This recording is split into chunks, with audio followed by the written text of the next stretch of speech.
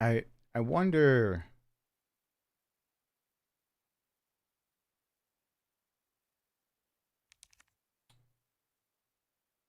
I wonder.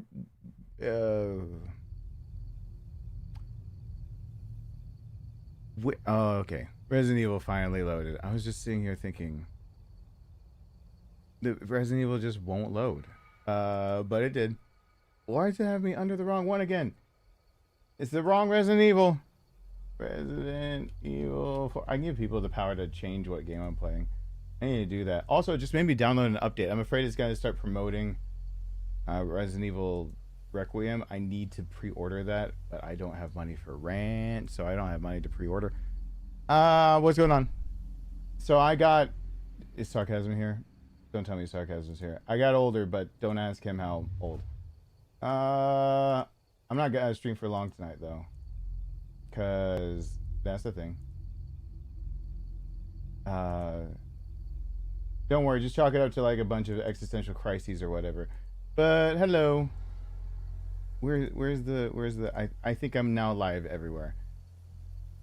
What's in the Wonder Ball? What Wonder Ball? Wait, what ball? Hey LJ, hey Blue Mocha Nighty. Hi there, PageBot. Oh my god, Nightbot. Calm down. Freaking Nightbot. In BB Beans, what's going on? Vegeta, Patrick, what's going on? My brain broke at the words Wonder Ball.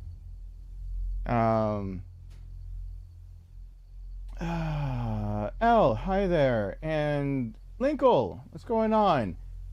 I'm gonna play a little bit.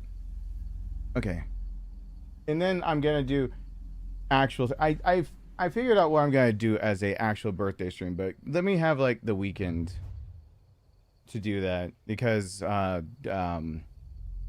don't feel like doing it now.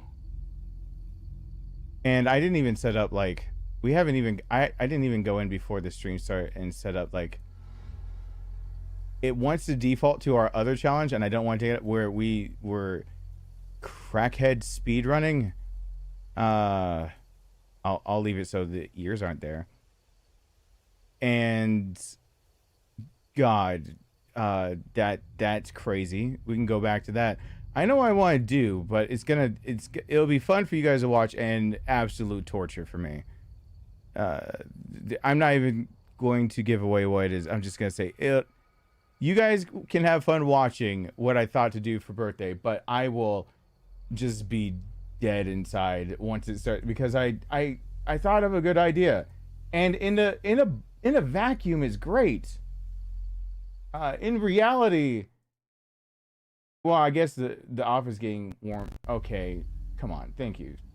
I was like, in reality, I guess the office getting warmer doesn't really matter, does it? Hey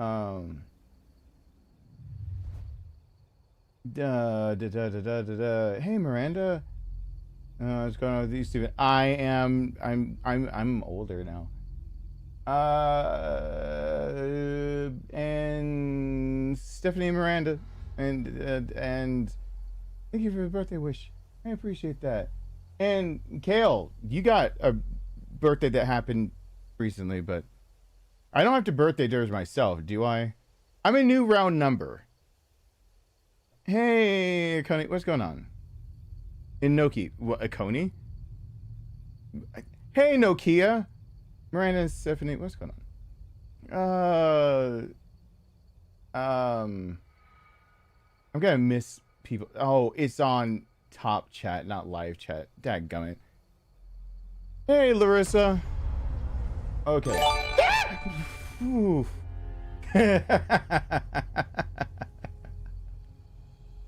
I didn't have alerts paused. I didn't. So my discreet. I knew it. Online store Resident Evil Requiem. Okay. I'm gonna say it right now. Thank you for the gift to tier 1. I appreciate that. Mike, what's going on? Also, Adam got it. Hey there. What's going on, Adam? So that means Adam's here. What's happening? That was loud. I'm keeping all the alerts loud to scare the crap out of myself. Thunderwolf, what's happening? You see this? You see this thumbnail? I can't get away from it. Do you see this? When I just want to point out when Resident Evil Requiem was first announced, everyone's like, who's gonna be in it? And they're trying to be like, well, I think I heard the voice of this in the trailer. And then the thumbnail you can't get away from. This is my biggest pet peeve. You know how cool it would have been to find out in the game when you played it without reviewers spoiling it, without this thumbnail being all over YouTube that Leon's in the game? You know how cool that would have been? But it can't happen because it's even now in Resident Evil 4. If you go down, the thumbnail they're showing is Grace and Leon. So we can't have nice things. Hey, Day, what's going on? Leakers want to let that happen? I would try to. Boy, oh God, no. Thank you for. I know that username. What's your username? I forgot the username. Your boy Monroe is not the name you usually go under. Don't go under Fafo. I'm glad that it could help you. The guides. I can't wait for it to come out too. When does it come out? Soon? They want to make money? Yeah, but they didn't have to be like that. People see Leon, the sales are guaranteed. Yeah, they could have though done it after. People could have been like, oh my God, Leon's in the game. And then, welcome back to the family. 3 weeks from tomorrow. Okay. I'm literally staying off social media right now because gone out to the pre-order and I know people are going to find a way to spoil it. Oh, I feel you on that. February 27th. It would have been cool. It would have been. Let's go back to what we were doing though. We'll play for a few tonight. So, yeah, but loving Leon and banking on the sales, you don't have to be the same. Now, I'll say what I thought to do for my 15 stream streak over on Twitch. Yeah, they count it over there. Listen, this is what I thought to do. And it might not be what I do, but I'm not doing it tonight. Listen, and I didn't do it yet. Technically, my birthday was yesterday. Listen, I feel like whenever you turn a new decade, you should get how many days. That's how many days you can celebrate your birthday, like whatever that decade number is. So I'm just going to run with that. I've got that many. I'm sorry, this one, and then that puts, what is it, Friday, Saturday, Sunday. See, that's 4, right? Because we're never going to guess. We're never guessing that this is actually the face of somebody that can actually fill up 4 decades. Your birthday's tomorrow, John. Well, happy birthday in 3 hours. I won't be able to play it all before I go away. Oh, no. Hey, Shadow, what's going on? Content creators get early copies for review. They usually do. Since I didn't accept the last one from a place I don't want to support, I've not been offered one, but I'm still fishing for one. Michael, I appreciate that. One day I'm gonna turn those alerts off. We've had them since Halloween, and I've been screaming since then. I hate myself. I'm just I wish I had 48-hour access for pre-ordering. I'm trying to get the normal when they gift it to you, get a day, you get like a week early, and I can just record and not have to worry about spoilers. And then I won't spoil it for you guys. Kikoki, what's going on? T-Master, what's going on? Birthday's next Saturday? Woo! Yeah, I appreciate that, Linkle. What's going on? Oh, I have to kill all this stuff again. See, I quit the game out last time after I talked for a while here. So for anyone who remembers me speaking and also being here, I was able to watch as a member. You're going through it really. I'm officially so happy to see you back and healthy. Oh well, I mean, back and healthy. Those are terms. We'll use them. I'm all right with using them. So let's go. I have to redo this a little bit. Your birthday's on the 21st. Like my son's birthday is exactly 2 weeks after mine. So like my household. First, you're gonna hear about my birthday, and then since I couldn't afford a single damn Christmas present for my son this past year, you're gonna be hearing a lot about like me trying to get rent, and then you're gonna hear a lot about me trying to get my son a birthday present. That's pretty much my goal. I just want my son to have a present. Wrench to get this open. I don't think that's such a bad thing. But I am out of time for being able to enroll for nursing. I'll run out of time in the next 5 days. I don't think there's anything I can do about it for enrolling for nursing for fall semester. So that's a sad thing, but that has nothing to do with my birthday. That was just happening. Hey Vicky, hey Russ, and Mr. Pooh Balls uses the 25th. Anthony, I'm getting all the Resident Evil games. I might end up playing the rest of the Resident Evil games. Go Aquarius. Yeah, go purple. It's royalty, so go purple that too.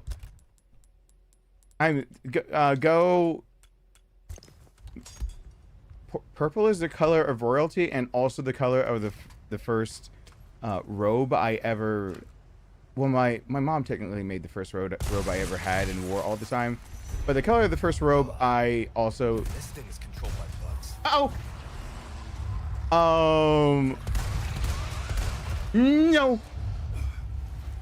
Excuse me. Pardon me. Excuse me. Yours was on the 2nd. Happy belated birthday.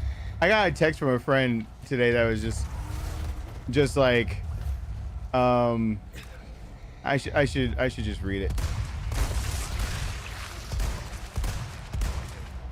That was, oh, come on, please stop. Thank you, I appreciate that. Oh, thank you. Oh, I appreciate the super chat. I got 1, I got 3. Can I get a 5? Can I get a 5? 5 in the fishnets. 5 Sounds in the jarring. fishnets. Can I get a 5 in the fishnets? Can I get a 5 in the fishnets? Words I didn't think John, I'd I ever appreciate say that. ever. I really do. Thank you. Can I mention ever again? Yeah, Happy you know birthday, what? champion. Rock on gesture emoji. Zany face emoji. Rock on gesture emoji. Does it have to read out the emojis like that? Is that the way it has to be?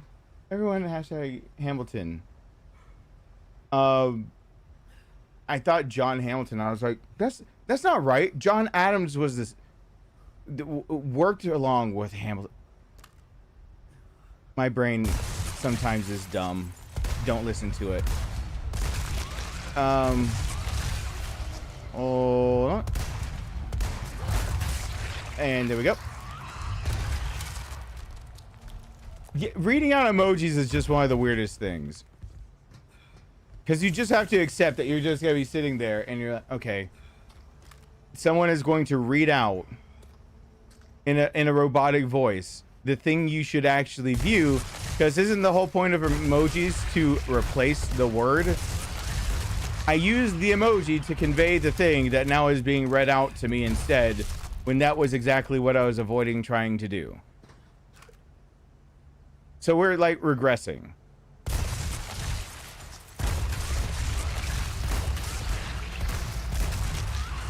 We're definitely regressing. The like that reminds me of, this is a book series. I did not want to do this. Hey, what's going on? Hey Anna, thank you so much for the birthday. I appreciate that. So I might change it. Hey Chris, what's going on? I might change this. I'm just gonna say birthday stream. What I'm thinking of is that we'll see how much I hate myself, but we'll also see how much that I really want to pay bills. We'll see which one wins out, because I'm just gonna be upfront with you guys, because it's my job. So whatever. And I won't be able to get hired at the hospital fast enough with what I want to do. So I have 2 goals for my birthday. One, it's gonna cost. I need to pay rent, and it's gonna cost me $750 to become a CNA. My first week, or my first paycheck of working as a CNA pays for. So my first 2 weeks working as a CNA for the hospital pays for my certification for being a CNA. So, or they call them care partners over the CPs, certified nursing assistants. So I can work at the hospital and then pay for me being a nurse. But we have like 0 time. Unless someone wants to pay the rest of my rent, the rest of my bills, and pay for Covenant CNA for me to start this weekend, except for I'd have to be Monday, and I ass blast my way through all those classes. I can't be fall semester for nursing.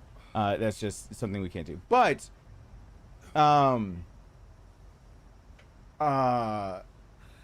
those are my only two goals for me, really. I gotta move forward with, so that when I come into streams, we just have more fun. I don't have to worry about, I can just have fun.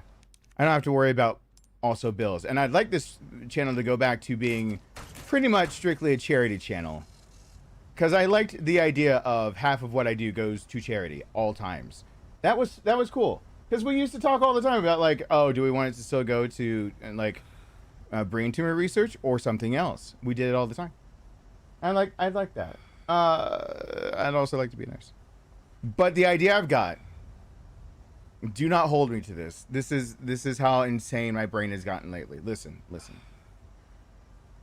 I have a PC, a PS5, and an Xbox Series X.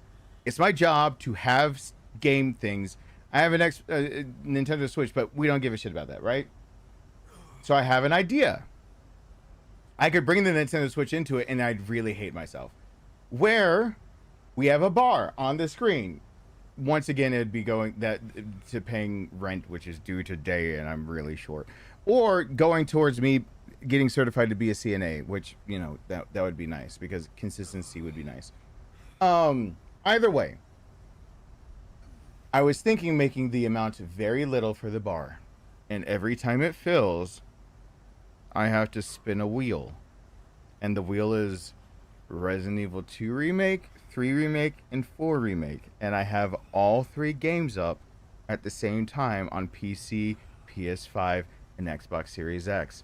And if we fill the bar, I have to spin the wheel again, and if it tells me to switch games, then I just switch which HDMI cord is plugged in to the thing that lets me see the monitor and lets you guys see the game.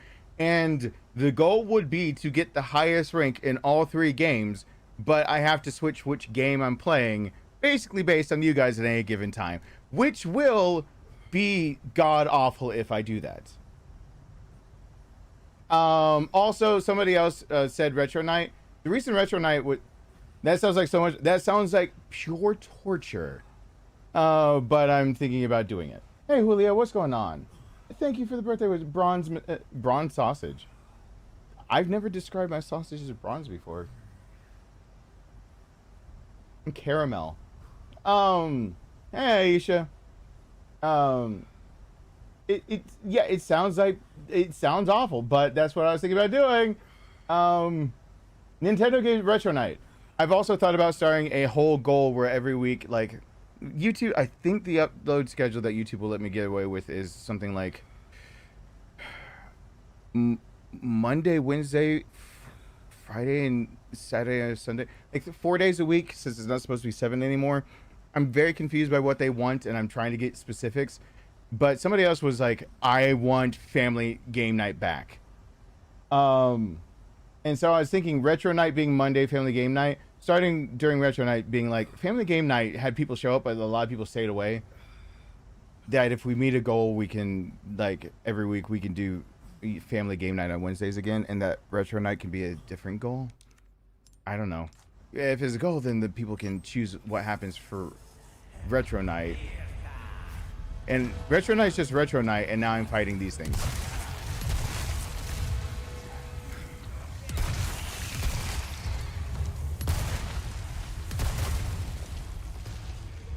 Anyway, thank you for the birthday wish. I appreciate it. Yeah, I'm not gonna be going for too long tonight. Most specifically because I was off camera doing my thing, having existential crises and whatnot, and then I got on stream and I gotta keep doing. Where is that voice coming from? Hey, Braun Sausage over on Twitch with the, what is that, butt shaking emote? Hey, fun enemy pack. The regenerate door. I always spelled it with a T and found out it was just with a D. You gotta make sure you get the D. Attack where is Armstrong shot and gravity is an improvement on the Bandersnatch attack from Code Veronica. Fingers crossed this is the next Remake after Requiem. Yep. Jay, what's going on? The riot gun? Yeah. Yeah, it does. So I appreciate the birthday wish, Julio. What's going on? Yeah, most likely you or Capcom is still planning on releasing Veronica here soon. It's just been in development hell, no big deal. It's not like they haven't been working on it. It's just been stuck in development hell. It makes a lot of sense because that's why they've been, and I've said it for a while, that's why they're doing, before Requiem was announced, I said, you know, Resident Evil 7 being just called Resident Evil Biohazard, which Biohazard's always been the name of Resident Evil in Japan. So it's been, I don't know, in Japan you just call it Biohazard. But they were going back to a way of, like, they hid the 7 inside of the word, and then 8 came out and confirmed what I said to you guys, that the numbering system is screwing them over, and most people don't realize the importance of Code Veronica being like it should be a numbered game if you look at trying to tell a story. So by releasing games like Village, if you don't call it Resident Evil 8, if you call it Village, and if they can get people to not say Resident Evil Requiem, if they can say, or 9 say Requiem, then they'll judge their sales based on that and what people pre-ordered and how they pre-ordered it. And once they get that in, they'll then make their final decisions on what gets priority from, like, the teams and whatnot, because they're probably working on assets and DLC stuff. So once they get that in, we get to find out finally if Code Veronica gets out of development hell. My guess is yes, they should easily be able to make their goals to get Code Veronica out. Code Veronica has been in development hell for a while, but if people start saying Requiem instead of 9, and they'll use things like social media. So they'll just look at social media and how social media posts go. So, you know, seeing if people are hashtag RE Requiem or RE9, which one gets, if it gets enough traction, if people are, I've already noticed on some sites letting you pre-order, if you reload the site, and I'm not going to say which ones, go and just check sites that are letting you pre-order Resident Evil Requiem. If you go in incognito browser and then have a VPN and switch where you are, it will randomly choose between saying Resident Evil 9 and Resident Evil Requiem for pre-order. Major sites, including probably the one that you might have already pre-ordered off, is switching it as a choice to, and they are already judging. So it's obvious they're already doing it. They might go back. I was saying RE Outbreak assets are already there. They were using RE, like Resident Evil stuff, like 2, and they were building so Outbreak could be done, and then they use REverse and all that stuff to test it out. Cannot find a physical deluxe at all. They sold out very fast. The physical deluxe sold out so damn fast that no one can find them.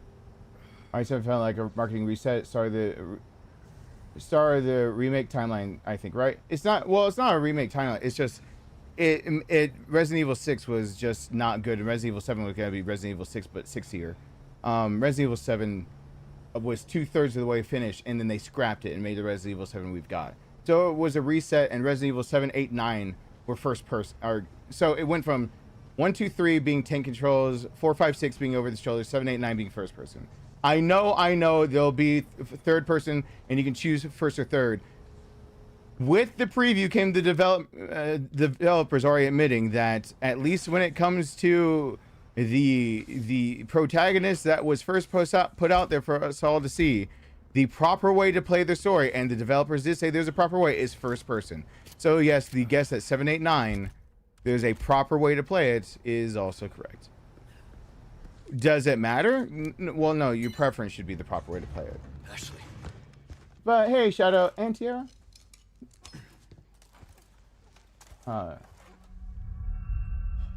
Shit. I need to pre-order, but I haven't pre'd yet. They're trying to remake in the timeline, I mean. Oh, yeah, well. Yeah, but, I mean. Okay, can he get through armor with an injection? Or did he get it right in the neck?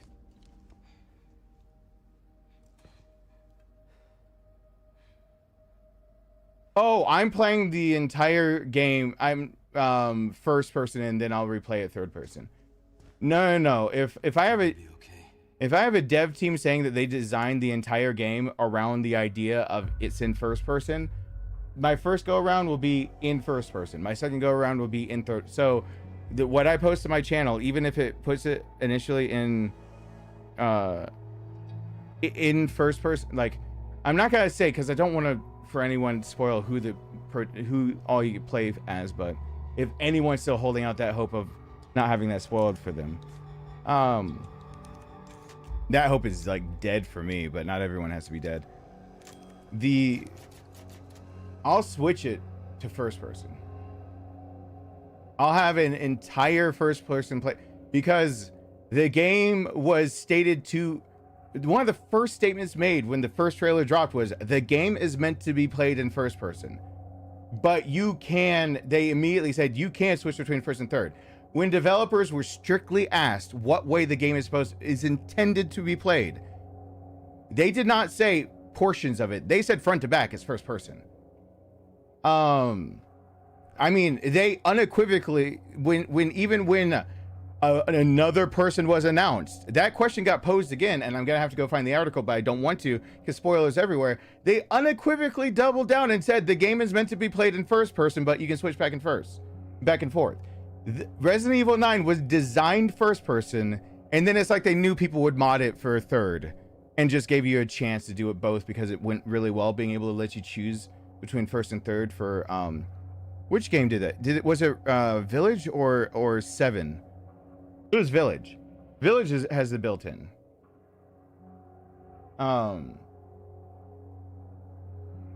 Well, no way do you not make those animations and not use them. It's not entirely true if you think about it, man thing. Like, I don't want to get into the nuances because it's not up for question. The people who made the game have already said the entire game, including with another person announced, they doubled down and still said them too. It's all first person. It's meant to be played first person. However, they also in the same thing said they understand that person would feel like to a lot of people to be played in third. But here's the thing. Since they made the RE engine,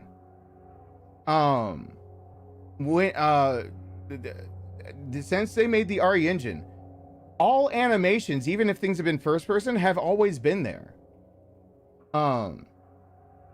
Yeah, Village plays a bit off in third because it was an afterthought. Yes, that's what they're basically avoiding this time. It is a thought during development that they put in to make it so it will be both first and third. So they made sure in development to make sure all things, which means all animations. But if you look at Village, they didn't have to animate legs, feet, all the animations. There, you can actually use a mod on PC and pull the camera back and see. We don't see a lot of animations that happen with Ethan. There's a lot of animations of Ethan doing things in both 7 and 8 before we got any third person anything. And it was already in there. You can pull back the camera in Resident Evil 7. You can see Ethan's doing a lot of things we will never see. Mia's doing a lot of things we will never see.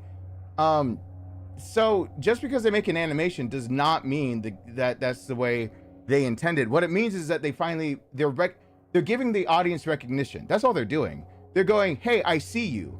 I understand that we're making a horror thing that we want you to do first person. We also understand that you guys really like that third person perspective. And then Drive-By Spite, thank you so much, Kelsey. I appreciate that. I got 1, I got 3. Can I get a 5? Can I get a 5? 5 in the fishnets. 5 in the fishnets. Can I get a 5 in the fishnets? Can I get a 5 in the fishnets? Can I get a 5 in the fishnets? Words How are you still ranked number 2 with Drive-By Spite? Can I mention ever again? That's so crazy. So like what it's really saying when they're letting you switch between first and third like this, and it's from the beginning and all the animations, it's just saying I see you. I see that not everyone wants first person. I see that there are mods for Resident Evil 7. There were mods for Resident Evil 8 before it was turned as a thing that you could turn it third person. I see you. I understand my audience. I will make it for the audience. And that's what they did, which is not bad. I mean, I've said from the beginning, the moment I learned it could be first and third person, I said, that's a great thing. Because, yeah, someone already said, motion sickness. People complain about motion sickness. You can take away, like, the head bob animation and people still get motion sick. And then some people are too scared. There are people who are already too scared to get through Resident Evil 2, 3, and 4 remakes. So there are people who have not touched 7 and 8 because it's too scary for them. Like, I might play it so nonchalantly, but there are people who show up to the streams all the time saying, I watch you play it, I watch other streamers play it, other people who have posted play it. I have never played it, it's too scary. What is the number one cause for 7 and 8 that they got back of being too scary? And the reason why you got a third person is because it was in first person. Things spooking you right at your face, that's not, some people just couldn't handle it. So they just did the right thing. They heard their audience and they say, cool. And then they made sure that third person would be there from the beginning. And then they told their audience, but we kind of meant for you to do this first person, but it's your choice. Yeah, so that's all it is. I've gone back and played the Mercenary Village after they added need to do that. I haven't done that. I haven't done it. No, Nasamer, thank you so much. Hold on, hold on. I got one, yeah, I got 3. Can I get a 5? Can I get a 5? 5 in the fishnets, 5 in the fishnets. Can I get a 5 in the fishnets? I didn't know they confirmed that. Can I get a 5 in the fishnets? We got words I didn't think I'd ever say. Can I mention ever again? We gotta hold some of those things. Listen, I haven't looked at any other trailers, but I guess we were going back to Raccoon City. I already guessed, so I guess that one isn't as much. But be really careful about things. But I'm playing I'll play Resident Evil 2 and 3 as well. But like, those are things like I've avoided actively still to this. I am hoping to avoid as many as possible. Where I don't even want to know the exact location of anything. I just know the first trailer that I watched had like the RPD. So I figured, like, if the trailer has your protagonist in a situation and the remnants of the RPD are there, I figured, but like, if it wants to tell you how many things can be spoiled for me and how much I'm trying to avoid it, and how much I should play the game and not talk about that, I literally did not know that was confirmed. Did not know. Will not watch any more trailers. Will not do anything else. I will not see anything else. I will only know what the game does by one of two things. If people come to the stream and spoil something, not realizing I haven't seen a singular update since they gave me the update I didn't want to know, which is you will play as somebody, there'll be another playable confirmed something. Once that got dropped, I refused. So I have seen nothing since that. So if you think since that, whatever happened about that week, thank you for the birthday wish. If you think about the week if you can backtrack to the week they said that, anything from that week, a few days, I looked at things and whatever, and then I just shut it down. I just figured, nope, not anymore. I don't want to, which does include, if you want to know what I've seen, it includes, the first trailer and the gameplay, not demo, but it shows, like, you know, Grace, like, you know, and that the grabbing the flashlight and the power going out and all that stuff, all of that, I've seen that. But then there's another trailer. There's an announcement and another trailer, and if that's the one that shows gameplay of, like, not, if that's the one that doesn't show, like, Grace and her mom, oh god, her mom's name. Her mom is one of the protagonists of Resident Evil Outbreak. If it's anything that doesn't show gameplay, that isn't showing, like, her mom grabbing Grace and trying to get, then I haven't seen it. I stayed away from it. Bright, thank you so much for the birthday wish. I appreciate, and I need to not about anyone. Oh yeah, Alyssa Ashcroft. Yeah, Alyssa's the mom who.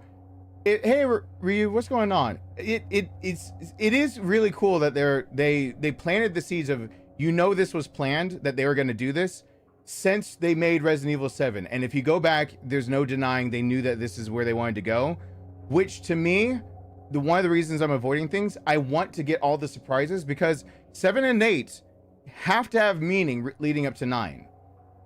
7 scientifically really cool. They've made all these remakes leading up to 9. There's got to be something like a through line, some reason. In 7 you can see the Dulvey, the reports about missing people in Dulvey. In the baker's living room, the article is by Alyssa Ashcroft.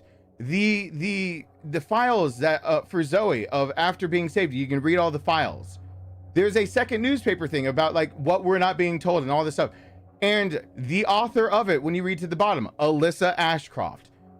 When they made 7 back in 2017, when we're reading those things and playing Resident Evil 7, I think it's 2017 that came out. Beginning of 2017, right? Or was it end of 2016? Beginning of 2017. I was streaming it in beginning of 2017 near my birthday.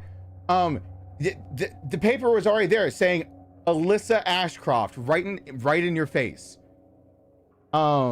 So there are 2 articles from the get-go that show that they know what they've been doing. Like this is what they planned on. So that's kind of cool.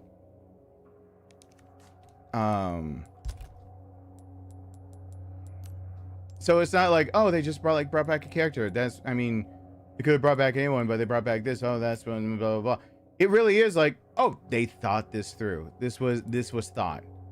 They did use brain cells, and brain cells produced this. January 24th, 2017. I don't really remember that as well because I plowed through that game.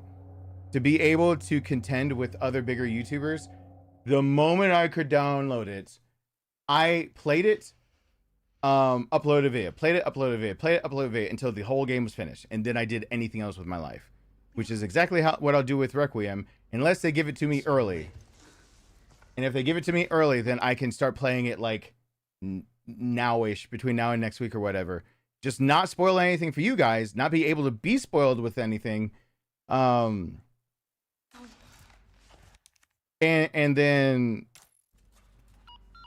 then not have to feel sick staying up. Because God, was that sickening having to get through that. Yeah, well, I turned down the last company that was like, do you want it early? Also came with the stipulation of here it is early, just shout us out, and I don't agree with the company. Like I don't like the company's background practices of how they're able to sell games for a bit, undercut everybody else. There's a way they do it, and I don't approve. So I didn't take it. And that's why I didn't get Resident Evil 8 early. You got it? So I would record and then put it out when it releases. Yeah, it's called an embargo. I'm counting on you. Hey, Prince of Games, what's going on? It's called an embargo. They'd give it to you about a week or 1 to 2 weeks early. There's an embargo. You have to sign a thing, or sometimes it comes implicitly like if you break it, the company will just sue you. But if you Ashley's voice actress is the same as Jill, so Master of Unlocking is weird. Is that how that goes? Wow, he missed. Okay, it's repeatable. Hold on. What? Okay, he didn't miss that time. Yeah, the general industry term is called an embargo.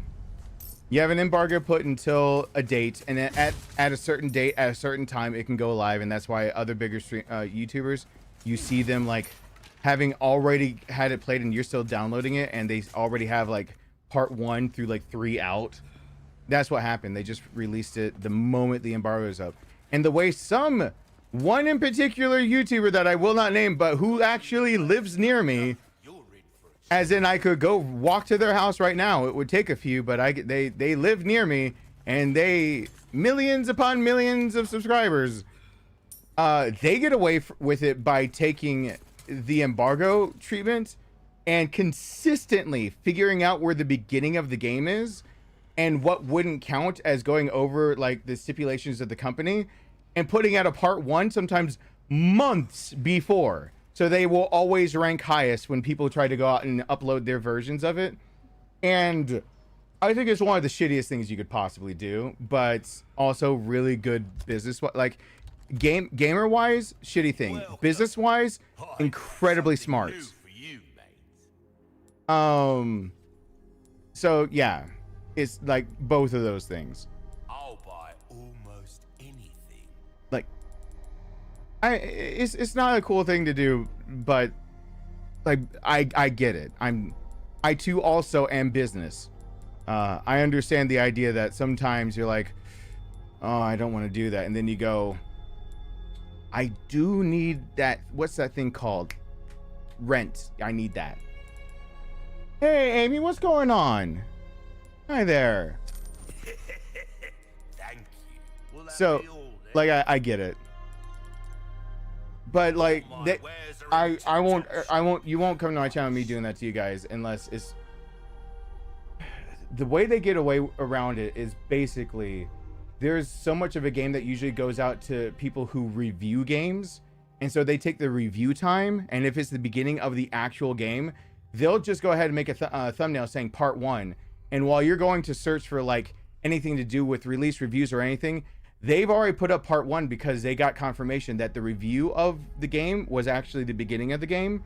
So there's no embargo on review copy if the company doesn't explicitly state that the review portion isn't under embargo, because usually you have to lift that stipulation so that when people make a review, they're allowed to use screenshots. So that's the legal loophole. You need to be able to use screenshots and small bits of footage to show when you make a review, possibly that what you're saying is the way that and why you would think of it that way and all that kind of stuff. So you need the access to it, and they in particular use that access to it as yeah, that they can end up posting the part 1 weeks or months before anyone else can, which is what helped their channel grow ridiculously fast. So yeah, and yeah, I can't, you won't find me shitting all over that, because once again, rent is a thing and they figured out how to make rent. I'm over here saying I don't know how to make rent. Who am I to judge? So, you know, one of us gets their bills paid and the other one doesn't upload part 1 of things falsely a month or 2 before. I'll let you guess who's who. Oh god, without the regular scope. You see, like, I would never do something like that, and then they immediately go, would you like a review copy and you can post the first hour of footage? And I'm like, is the first hour of footage actually gonna just be the gameplay footage? Oh yeah. I was like, I'd never do that. Next week I immediately play Resident Evil Requiem part 1, and it's actually the first part of it. Would it be on my channel? Yes, with a giant thumbnail saying, no, seriously, this is part 1. It's not the, but if you want to wait, do not. Like a thumbnail that wouldn't spoil the game, but still definitely be like, do not click. This is really not clickbait. Part 1. Definitely would do that. Been playing the last couple of days. Just past the part where you get the crank in the village, and I'm out of ammo, out of practice. Well, knife. I still think as a rule, reviews for any game should not be released until a day after release. I think that too. The idea of a review is that you get to save your money. What reviewers have instead done is dictate the market completely, and I think that's crap. I just think that's complete crap. There are some games that probably deserve our time and attention. It's complete crap that reviewers get to like dictate if the game even get. On the other hand, people who don't have unlimited, you know, funds would say, well, the review helped me lead to the idea that this wouldn't be a game for me. I would argue quickly to that. Well, before reviewers were as big as they are now, you could just rent the game. Like renting games was more relevant. And if you're a PC gamer, like anyone else remember when PlayStation did have a policy of you can return a downloaded game? The same thing as Steam. I don't know if they still have it, but that is not publicized nearly as much anymore. Policy was there. Like policy definitely was there. Hey, Micah, what's going on? Hey there. I got one. I got yeah, three. Can I get a 5? is. Can I get a 5? 5 in the fishnets. 5 in the fishnets. Can I get a 5? There is a way. It's my birthday again. Can I get a 5 in the fishnets? Words I didn't think I'd ever say ever. Can I mention ever again? Did you? Hey, Micah, hey, Pantheon? Did you really have to put old man at the end of it? Old man? Everyone that doesn't for sure know my age, right now, type, how old do you think I am? Twitch, YouTube, it doesn't matter. Just type an age. How old do you think I am, but you don't know my age for sure? Hey there, Micah. What's going on? How old?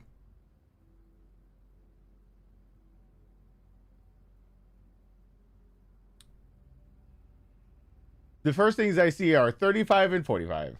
30, 36, 34, 36. Hi there. What's going on? I can't do the least. 33, 40. Yeah.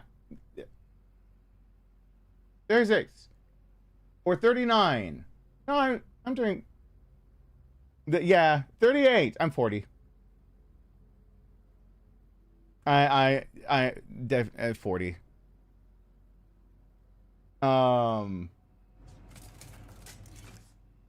Old man already? I just mourned the loss of a gray hair from my chin. Hey, Micah. Yeah, Micah, I just mourned the loss of a gray hair from my chin, and I tried to hold on to it because I had a long gray chin hair. I was like, I will keep you. I will nurture you. And then I was just brushing out my chin hair, and it fell out, and I almost wanted to cry, just like, no, I lost a friend. Like, I'm over here playing the Fray How to Save a Life.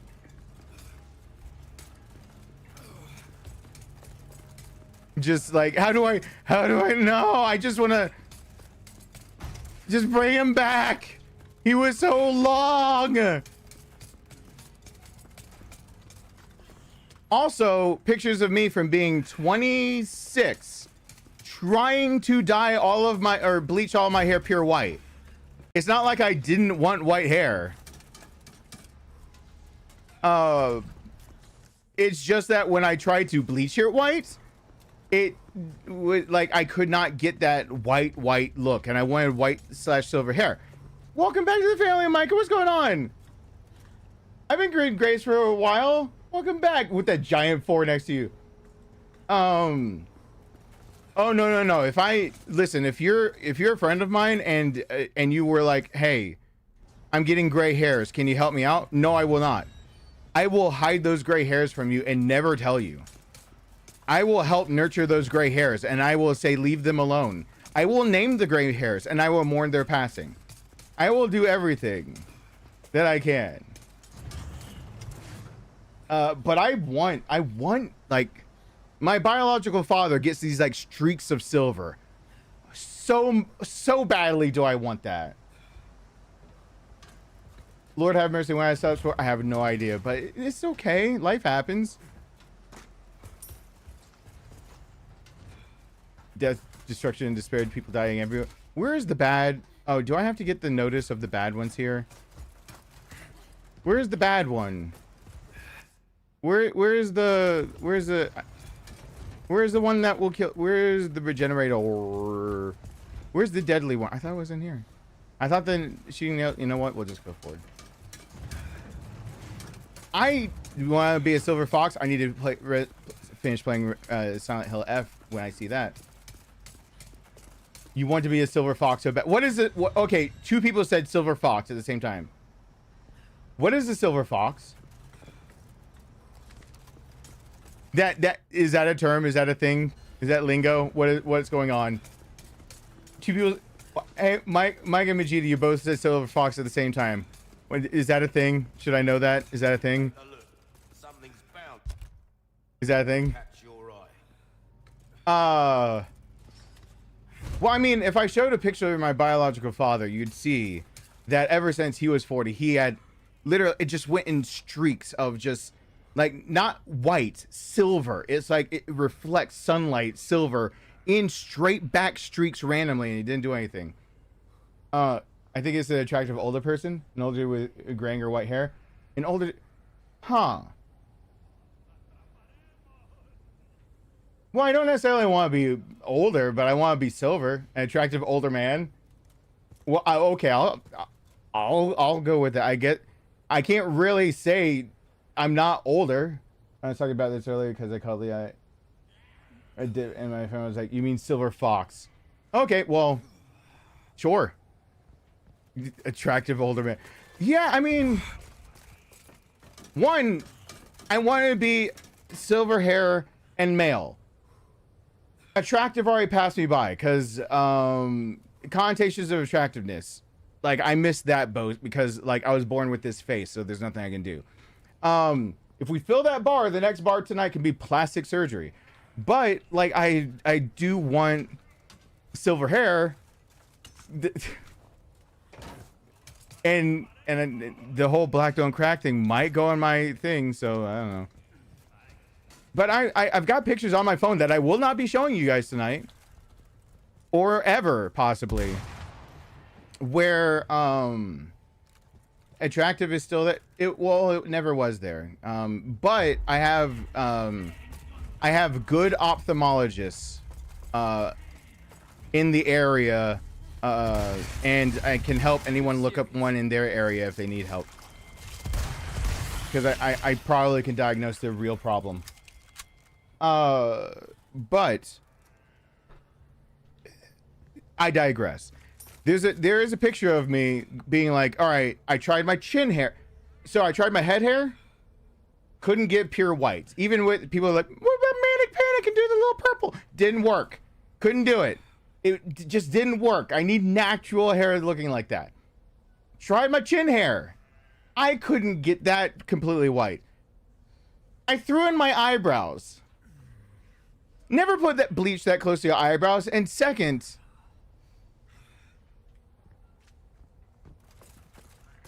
that was tragic. That was, I had to go reverse it. Like I was like, let's get mascara in them eyebrows. Did you know that like texture and quality of hair can change the way that your hair bleaches, including after a round of bleaching that can almost make your hair go, I don't know, almost go white, but not the kind of white you want. It's not the like poofy old person white mixed with silver like Leon's got right here, silver streaks, like naturally really silver. It like hurts your eyes to look at it in the sun, like that kind of mix, like my biological father. Instead my eyebrows turned vitamin B piss yellow is the only way I can describe that. My eyebrows turned strictly, if you were to take a vitamin B and then need to give a urine sample. I know that sounds really specific. It is because it is. So you're getting over an upper respiratory infection? No, don't get those. Those are bad. Why'd you get? You should have spent your money and time on something else. Not on, I almost said UTI. Not Joe, that's not the same. Wrong part of the body. Not an upper respiratory infection. No, if I'm willing, like back when I graduated high school, my biological father took a graduation announcement to mean an invitation to come, which it was not. But he definitely took that to me. So he showed back up in Georgia for the second time since I was 9. He showed back up in Georgia. So, no, in a 9-year span, he was in Georgia twice. Thank you no, I won't have any lasting needs to be solved in therapy trauma from all that. But I do have, you know, an actual dad that raised me and adopted me. He showed up the first time, all black hair. He showed up when I graduated high school. These silver streaks and what the fuck? And I hate we share the same face. His face is just a bit darker. Like, me and my biological father basically share the same face, and I hate it so much. But then luckily my half brother, my half younger brother was born, and I realized that, like, he shares my face, and then my oldest brother Jason, Nathan, shares a face with him, and it's like, oh wait, it kind of like runs in the family, and you need to be mixed more to kind of share the face, even though we're all from different, like my oldest half brother Jason and the next one under me, half brother Marlon. Jason is by one mom with my biological father Nate. Then my mom with Nate had me and Nathan. Nate actually had a child with Jason, and I have, it's supposed to be secret on their side, so I hope no one from that side of the family. I have a sister older than that was never supposed to be known about, and another sibling other than that. And then there's the ones that you're supposed to know about. Jason's supposed to be the oldest. And then it's by one mom, who Jason's the only one that's full black of all of us. Like my biological father's black. Jason's mom, who passed away from cancer, also black, and I just thought she was my aunt. I thought Allison growing up was my aunt and her sister Paula, and no, I was just always told that that's your aunt. And nope, they're not related to me. It was Jason's mom and mother's sister, and Paula kind of raised more. Okay, and then my mom with Nate, and my mom's story with Nate is really weird. She was engaged and found out that Nate was becoming a dad, and he had always lied to her and said, like, I'm having this child, like, this child isn't mine, she's crazy. And then he busts into the place they shared a workplace with, of I'm having a baby boy, and then was manipulative enough to explain to my mom that it's not what you think, and something happened, and it was before we got together, and now we're engaged, and that all happened so fast, and but my mom figured out the timeline, but it was like too late, and there was embarrassment. But like he's a very cunning person, who feels believable until the moment he decides to actually beat the shit out of you, and then he's no longer believable, because no one can be that believable and also hit that hard. And then Marlon and Mariah are from a different mom, from my ex-stepmother, who was very abusive until and somehow between like 3 women, the 2 that are from the same woman, my mom, the oldest looks like the actual oldest Jason that was with Allison, and the youngest looks like the younger brother Marlon that was with Kelly. So I just don't usually like my own appearance, because I look a lot like my biological father. But then I realized, no, we all just kind of look homogenized. Oh, I didn't hit the switch. Like, Mariah also kind of has a face shape like my brother. My interest is, like, as Mariah kids grow up, Marlon kids grow up, will we just be a whole Here, hold this down. group of people with the same face? Yeah, the announcement doesn't mean a ticket. I know. Oh, I know. I know. Listen, having to go out to dinner with your biological father, who you saw get on a plane, you had to go visit in Michigan until you didn't want to visit and got abusive. You thought that was all finished. And then, oh my God, thank you so much. Oh, I thought that said 40 and it says 400, which means we're about to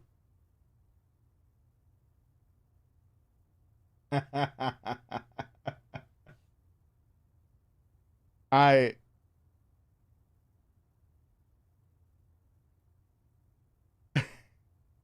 I can see a quote that you guys can't.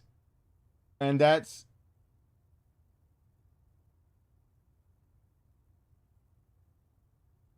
thank you. I haven't played it yet because one of the sound bits coming up, but yes, no baby's coming up. There's a quote.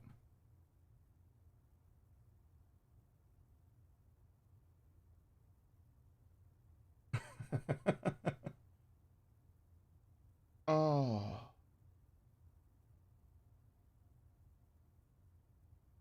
All right, I'll play the I kind of felt like being in tears over that quote.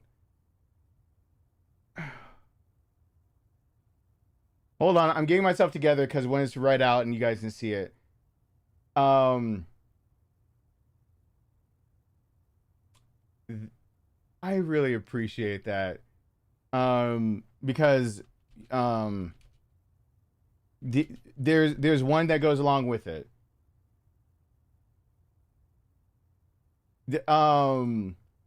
Yeah, I had to make sure, and it was about the idea of refuting the idea of stages of life and still going by id, ego, superego, right? So this was the idea of the ego has to be established, and it takes approximately half a life. And so there's the quote about it. It actually comes with the idea of, and I had to make sure. Wow, AI got that wrong. Holy crap! Don't read an AI summary of that. What are you talking about? That is not what he meant by that at all. This psychologist just happened to believe, instead of it being just about, like, you know, ego, super, it turned into the idea of your reflection of who you are becomes a reflection of who societal you are. He later would write it to clarify, because that was in and I'm gonna have to look at what book, but Carl is from Carl Jung, and Carl Jung did later write that concept was a little misconstrued, and the idea is that people have to continuously keep learning to be able to go through society. I'm explaining all this because my name actually isn't a Chappelle Show joke if my brother was still alive. It's a Chappelle Show joke because my brother died, which is a big difference. And this channel was made on my brother's birthday, the last birthday I ever had before he died. The idea of that quote comes from, you live long enough and you learn who you are. Then there is a certain age where the way you as an individual must then continue society forward shifts, and you have finally obtained a level of purity of self, of like I want to say unique, but I think Carl Jung referred to it as authenticity. You gain a sense of purity of who oneself is, and that reflection of what you plus what society means that your second half of your life turns into the external passing on and reinforcement, not just passing on, but also reinforcement of what you are, the wisdom that would bring other people to come to that same conclusion, but not being able to be changed by the world anymore, instead being able to be a force to change the world. The problem with when he said that, and he had to clarify, is it made it sound like you just get to a certain age and then things change. In reality, what he was really just trying to say is, if you continuously grow, this is the natural way that human beings should grow. The first half of their life is spent learning who you are, and the second half is spent taking that inner, the true inner self, and using it as a means to fulfill your actual self you've now created. Does that make sense? So and that without getting to 40, there's no way for that to occur. Now, when people read that, they didn't like, or heard him in lectures saying that, they didn't like that he was doing that. So there's a book that he published later that retouched on that subject of that has to do with when you're younger. It's not that you don't know who you are. It's that who you are has never been truly put to the test, and that people are still repudiating the darker sides of who they are. And that is where some of the writings and quote comes from, like gold, like knowledge, wisdom, the gold is found in the darkness. Where Carl Jung emphasized that enlightenment is found in darkness, which is where my name actually comes from. If my brother and I had been able to 10 years ago do what I thought we were going to do, which is do a channel where the Everyman tag was going to be a different way, and my brother and I were going to be on the channel. So that was the concept, and I can't believe that quote just got put at me, because that is a weird one to remember. That, yeah, Carl Jung really just tried to emphasize the idea of maybe you are authentic to who you are, but what have you ever had to stand for yet? Like, so it's more the idea of you work on ego, and then there's a reason that you were working on it. And it would be the idea of, for like, to if I may just kind of just dumb it down, it would be the idea of studying for a test versus studying for the idea of this is a life skill you need. And the idea versus, I remember that being on a test once, versus the idea of, no, like, I'm still working on that. That's still something I want. And that's how he saw who people are. Because if you study something, thank you for the prime sub. I appreciate that. Here's the thing. I'll say, I'm just trying to get this up, because these are things that swirl around in my head all the time. Because Carl Jung really nailed a lot of things, and a lot of his stuff is taken out of perspective. It's the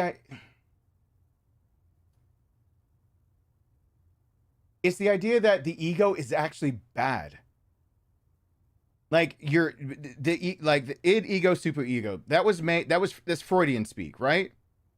So, hi, Martin. I appreciate this one. So id, ego, super ego is Freudian. And Freud is rebuked in common psychology now. We use Freudian terms, but we do not mean them the way that Freud meant them.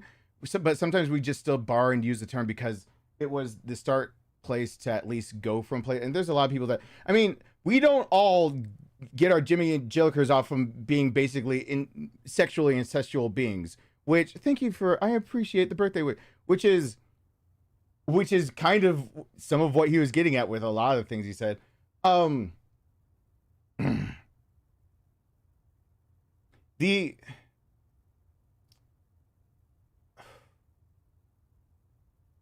Carl Jung truly believed that, let's say you've learned, like for studying for a test, you so easily forget that.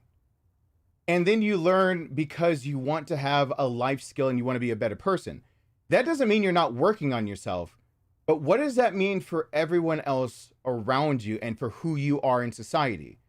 That one still means growth. That means strictly you're still growing. But that second also means that is an aspiration, not necessarily who you are. So let's say you learn everything. Let's say I am back to being 20. And I instead realize I'm never going to be a psychologist. I'm going to be a nurse. And I learned to be a nurse. I'm still learning, but then I have to enter the workplace as a nurse. And my learning and who I want to be, my ego of who, then gets confronted by society. and what society would expect of my my inner self to now manifest as. So the textbook tells me I need to be one thing. My clinicals tell me I need to be one. All these things tell me one thing. And then the hospital and bureaucracy and insurance companies can tell me another. I can learn all these. And so there's this whole idea of you learned. But then on top of that, there could have been something that you learned on the test. And you really, let's just say, like, back to nursing, it is your passion. But you learn so much, but then there are a few things you learn for the test everyone's got to learn, but then you get confronted with millimoles for no good fucking reason on something you shouldn't get confronted on, that per deciliter, all that kind of stuff you usually would have converted for you, and you're just looking at it being like, what does this mean? But it's something that now needs to be applied. If you think of that all as who you are as a person, not just knowledge, but how you mature, you learn who you are, and then you need to utilize it. And you find as you're growing that the ego, you feel like basically Jung took the term as ego as meaning who you are inside, like your internal self, as almost like the aspirational self. And strictly that. And you can have aspiration and you can feel like you're going somewhere. You can feel like you're doing a lot of things. And then, but what happens when that comes a smack dab against like real life? And I would say the best example of that would be graduating from high school. Like most people who graduate from high school get smacked with real life because like high school does not prepare you to just have a 9 to 5 and pay rent.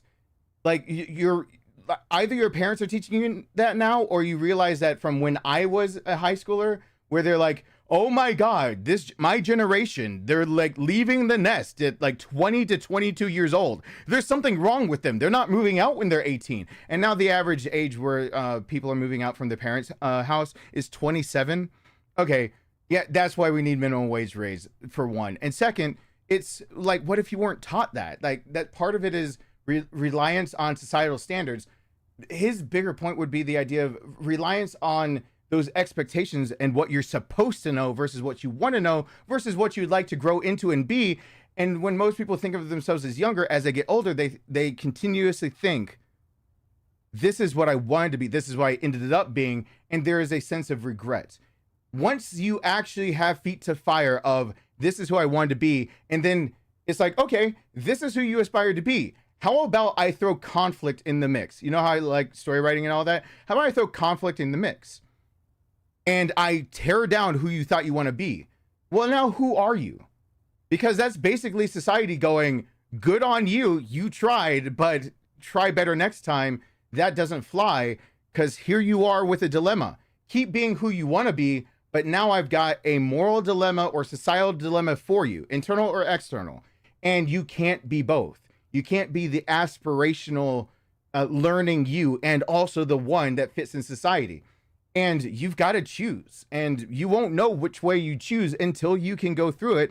And then you have to go through iterations of what if you just learned that the thing you aspired to be, you can never be, because against society and against expectation, you couldn't hold up to it. You fell apart. Then you have to go back to square one, relearning who you are. You're a new person now. What if that was the crux of everything you were? Carl Jung tried to describe that as the first half of you living was up to age 40.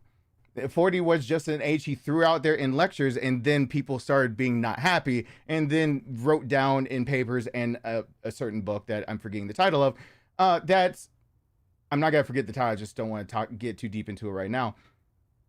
I feel like I'm lying by saying that. But the title's right out of my head, but I don't. Some things I don't. Okay, that would be like up to age 40. Then he said, as a generalization, after age 40, that is when all of a sudden you've accepted a reality that you didn't accept before. You can't get rid of the bad parts of you. You can't get rid of the things that go against what you aspired. You can't get rid of some flaws. They're just going to be there. You can be a better person, but some of the wisdom of getting older is realizing where, as much as you aspire to, that's not realistic not because you could never do it, is because it's not who you are. It's just not who you are or want to be or will stick to being. It is a mask. It's a facade. And some people can wear a facade for so long that that turns into who they are, right?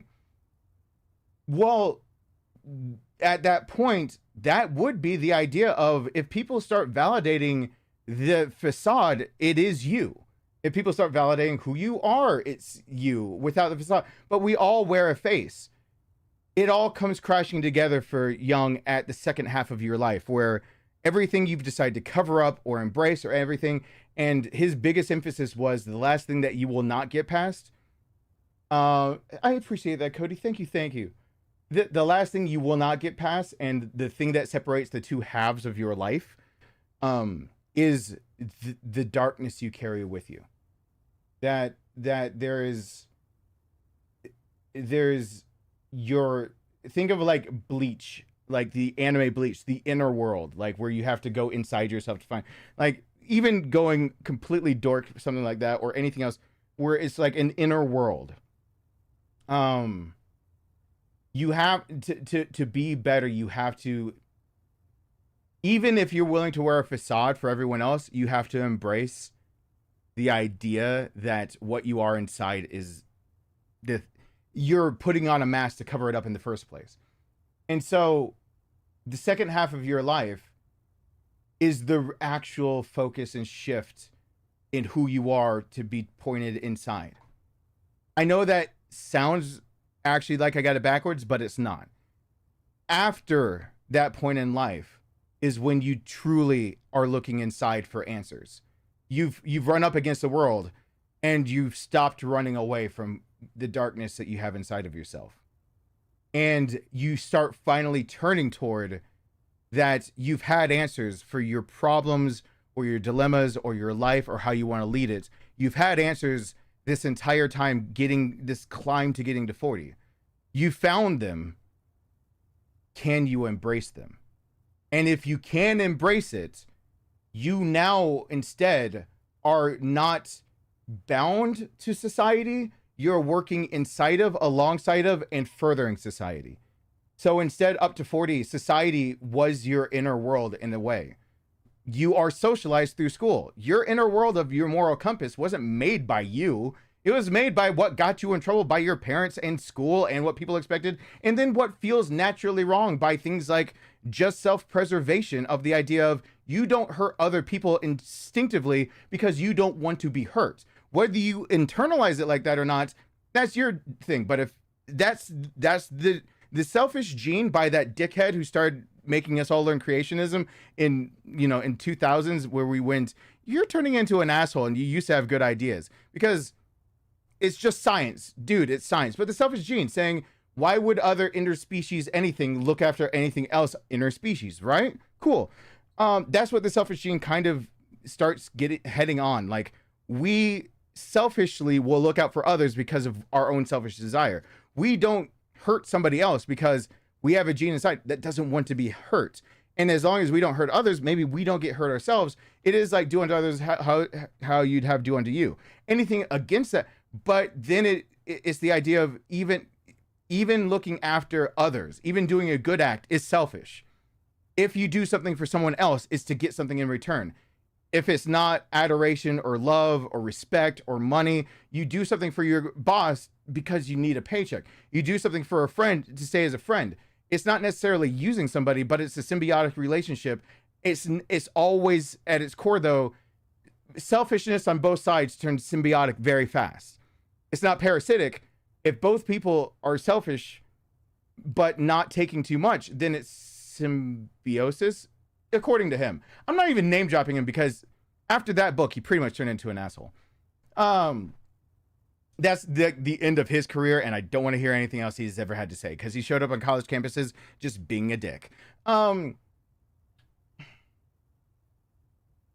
Though the book does bring up the point of, like, we've seen one species protect another and they get nothing out of it. And it was kind of posing a question of,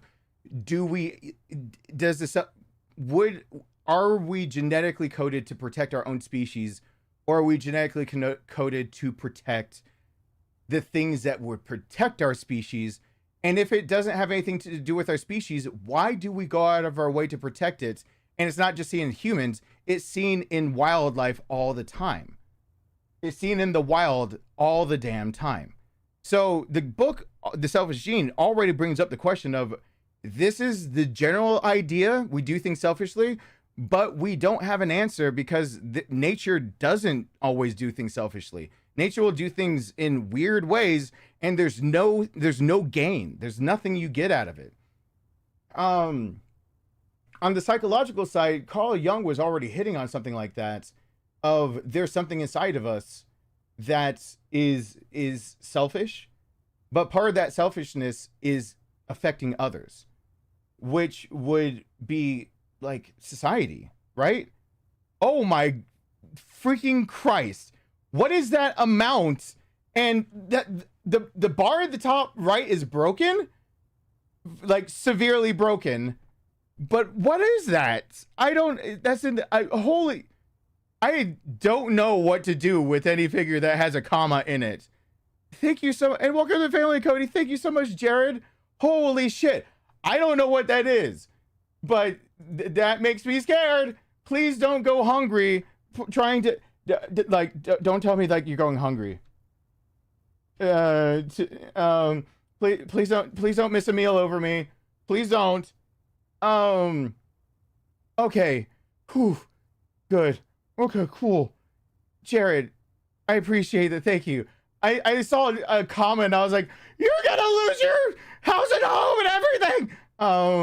Like I just wanted to scream for a second of, no, not for me. Thank you. That means 2 sound bits get to play. Oh shit. God, that's kind of, I know this, it's my birthday. Indulge me.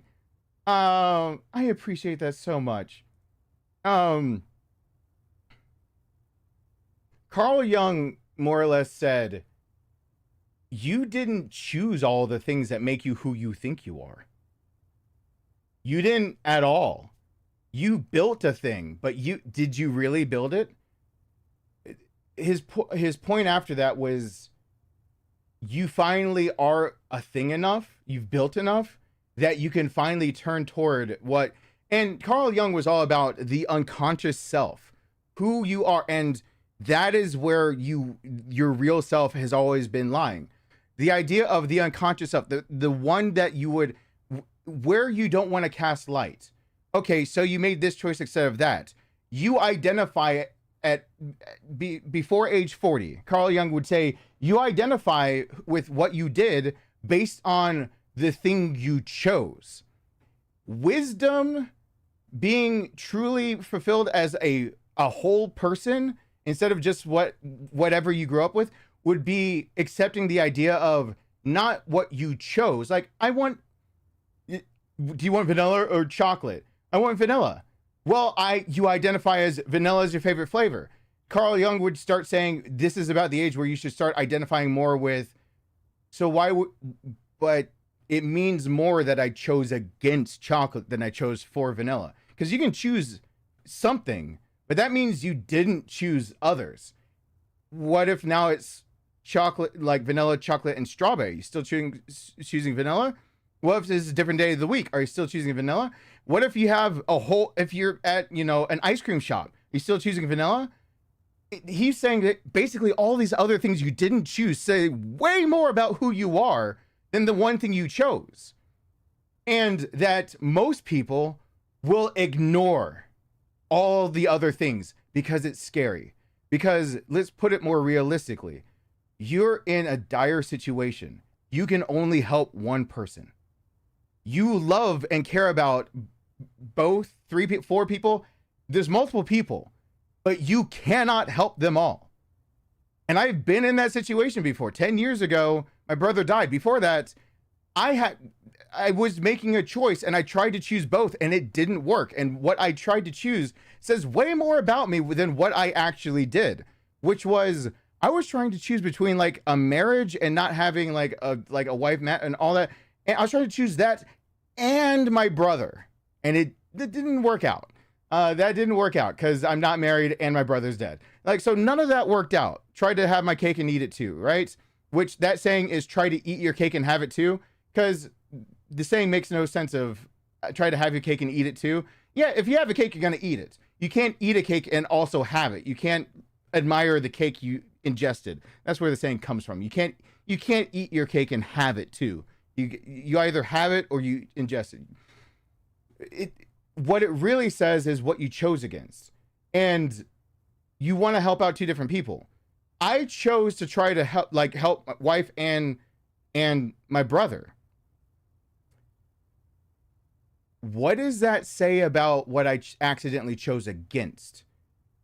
Carl Jung would say that even though I realized this way before 40, Carl Jung would argue that the unconscious you doesn't want to think about the idea. And for me, I'll make it personal. Doesn't want to think about it means I chose against my parents and my son and other people who might need my help. And it means I chose both of them, which means I chose neither, because I was choosing my brother to be there for certain reasons. And I was trying to choose my wife to be, but never both of them for who I am. Because if it's who I am, then I should have been working with my wife to help my brother. Working with my brother against my wife should have been trying to convince, or shunning my brother, not helping him, respecting his wishes, and helping my wife and my family. Being honest with my parents about my intentions, my ambition. Like, you see what's the problem with it? Like Carl Jung is saying, those are your defining qualities, those things. But again, it's the idea of you define yourself on the thing you chose. How about the things you chose against? Or how about the things you accidentally chose against? And that's even worse. After 40 is when Carl Jung starts saying, it's too many times. You've been through this rodeo. If you're a true person that's growing, learning, and fessing up to being an adult, you're finally turning toward it saying, but why?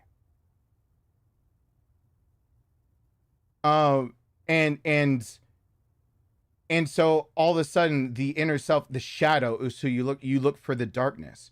And he literally used the terms, the shadow and darkness. Those were what he used. Carl Jung said that knowledge gold is in the darkness. Your shadow self is who you are. Turn to it, listen to it. That's got your answers to all the things that you stress over. If you're stressed about a thing, and I'm oversimplifying even that, because you can be stressed over like paying rent and you know who you are completely, and still your landlord's like rent's due. Like, you can know who you are and you're like, I know I'm a broke ass bitch, and still get a knock and be stressed out. You know what I mean? But like the inner conflict of like, I don't know who I am. You're finally at 40 going, I could have known this whole time. Which Carl Jung would say, I'm now the age where I need to start looking at all the things I never chose. All the times I turned away, all the things I did choose. What does it mean because I didn't choose the other part? And when you start doing that, you become the entire you've always been. Because you laid claim all the way to 40 to everything you were socialized, indoctrinated into, forced to be, asked to be, agreed to be, and then chose to be because you thought you wanted to be.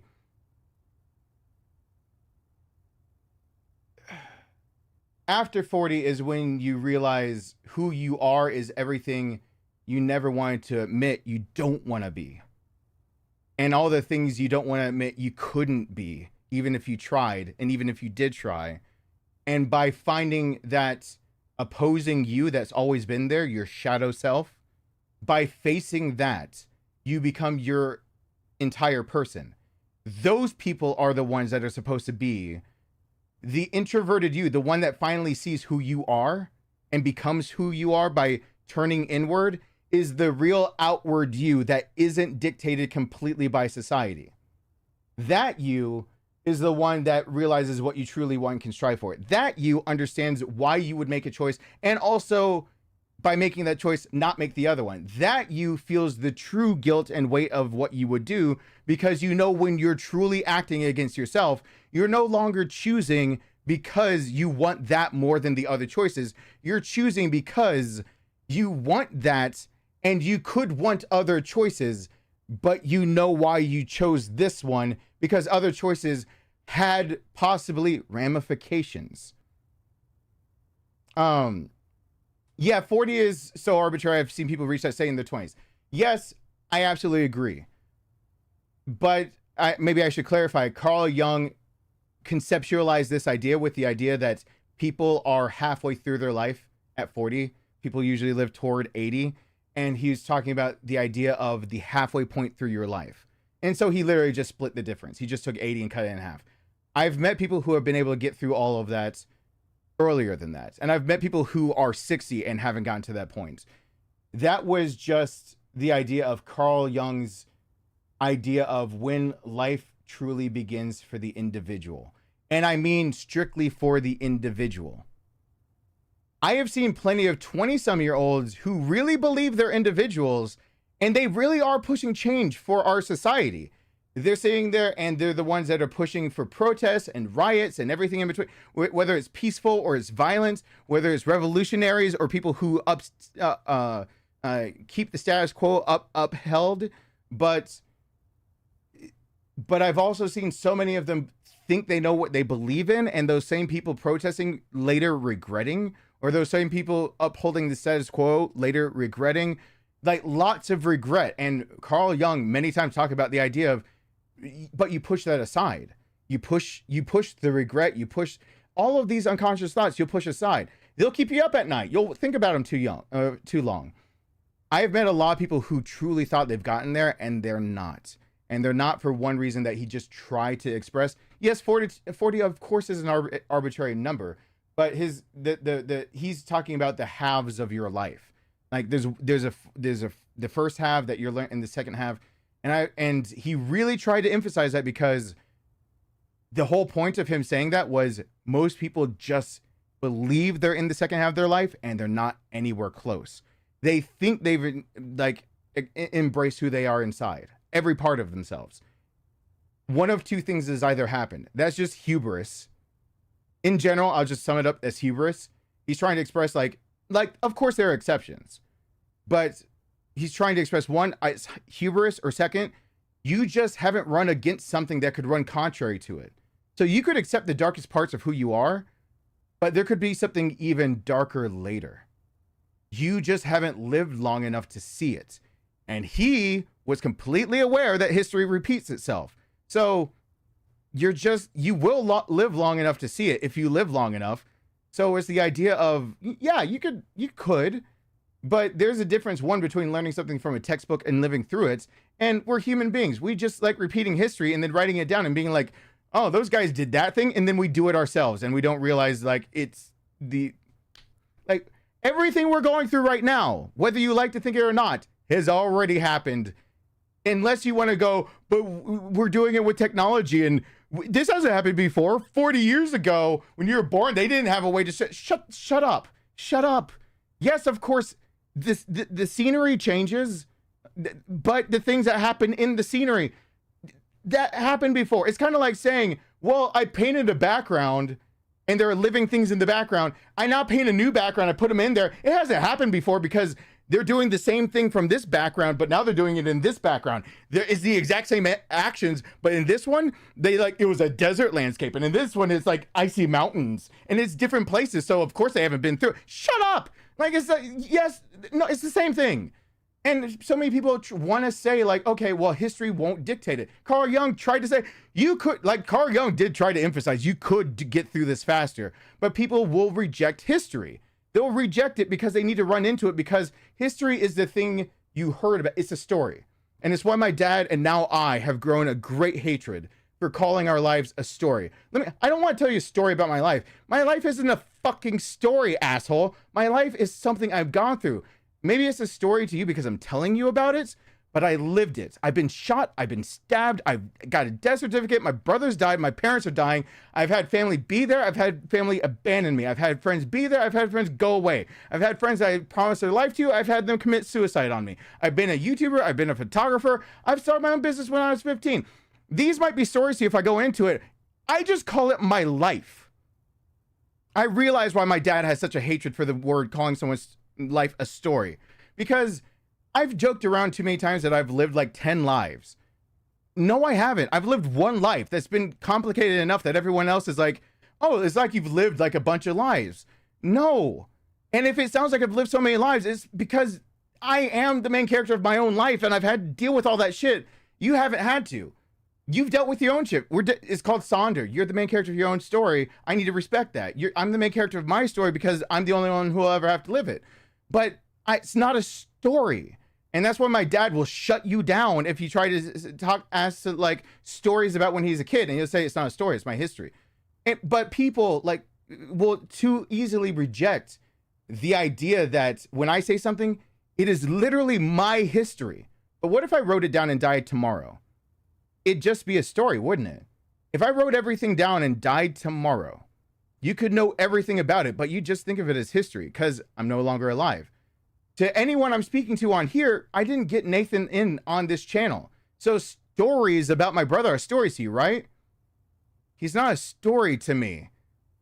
My brother isn't a fucking story. My brother was with me by my side for 30 fucking years. My brother's not a story. He's ashes on my goddamn fireplace, not yours. So when I go out from this office and see my brother's ashes and you don't, my brother talking about how we went through things is a story to you. And then I'm going to go out and cry over my brother's ashes again, like I have for 10 years. It's not a story. It's my history. But if I died tomorrow, it would be a story, wouldn't it? It would just be history. Could people learn from what I've been through?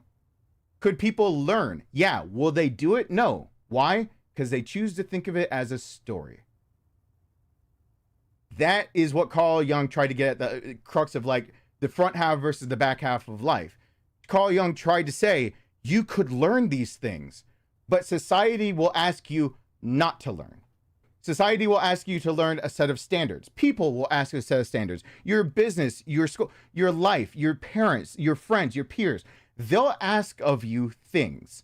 And you will either choose or choose not to. And you will identify most with what you aspire to be and what you choose instead of what you choose against. And you will even laud the idea that you did not succumb or you did not choose to do something. But that was your choice. And you didn't think enough about what you chose against, why you chose to not do it. You just think about you chose not to. Like, I didn't drink a drop of alcohol until I was 21. Well, I've long since known it's because I threw like it's against the law, but also my biological father was an alcoholic and I have a few disorders. One of them I don't want to say loud because my son's in the other room. I don't want him looking at me any different right now, but one that's a life-changing one that, you know, I felt very, very way too outed when I saw a random thing come up on a screen not too long ago where it was like, oh, I put the numbers 10 through 100 in alphabetical order. And I was like, and the next comment under it, just to say, feeling way too seen, was, when did you learn you were autistic? And I went, so I did that when I was young, and yeah. And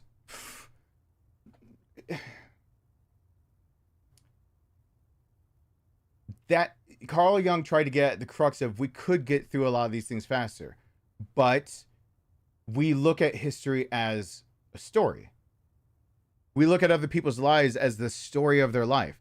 And I'm using that term, he's not using it. Instead, he would say the unconscious parts of us that could acknowledge history, could acknowledge people. We're all human. They did that thing. We don't do it anymore. But in reality, if we learn what they did, we'll learn what we're gonna do again. Because there is a nature in human, it's cyclical. People go through their life in phases. And just because the scenery is different, the technology is different, Mesopotamia, between two dank rivers, we figured out how to farm. Well, people wanted to eat before and after farming. It's just that society's easier built with farms than with not. Like, you can be in bigger groups of people and have trade and have society built if you have farming, but farming brings hierarchy, and hierarchy was already there before farming, but now it's there in a bigger scale because more people can live in the same place because we're not all chasing the same deer. You know what I'm saying? Like, it's the same shit, but we cannot learn about it. We cannot learn from history, and we can believe that we need to experience it ourselves just to experience it and learn, oh, it wasn't a story the whole time. This is the same shit. It's the same stuff. And I talk about it all the time on this channel.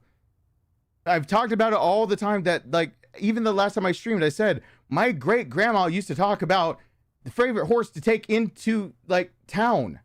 There wasn't cars that they had in where they grew up. It was their horse and the milkman with the ice, like, you know, you call it the ice bin, the ice, whatever, ice box, whatever you want to call it.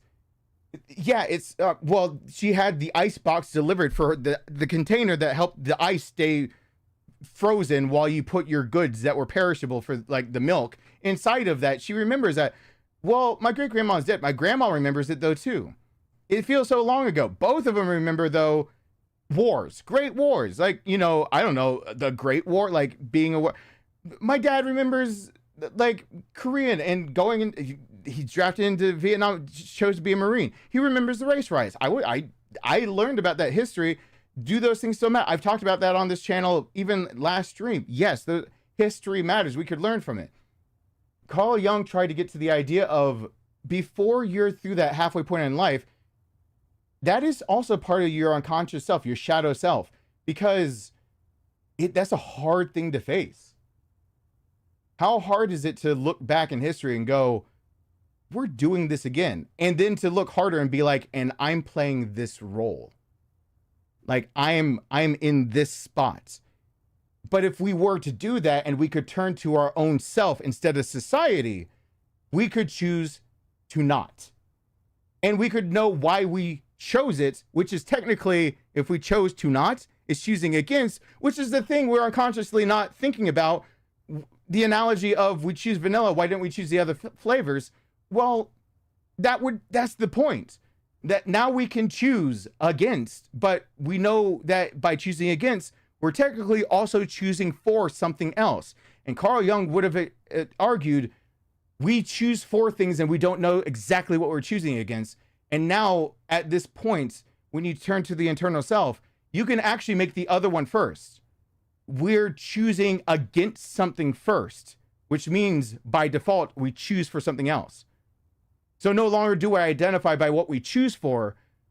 We can identify also by what we choose against. But if we do that when we're younger, we just have to fess up that we don't know enough. We haven't lived enough. We haven't read enough. We just don't want that reality to slap us in the face. Until it does, we've just integrated into like the mass machine of what society is in general. We're just a cog. You're just part of the machine until that happens. After that, you can help build machines, which is a big difference.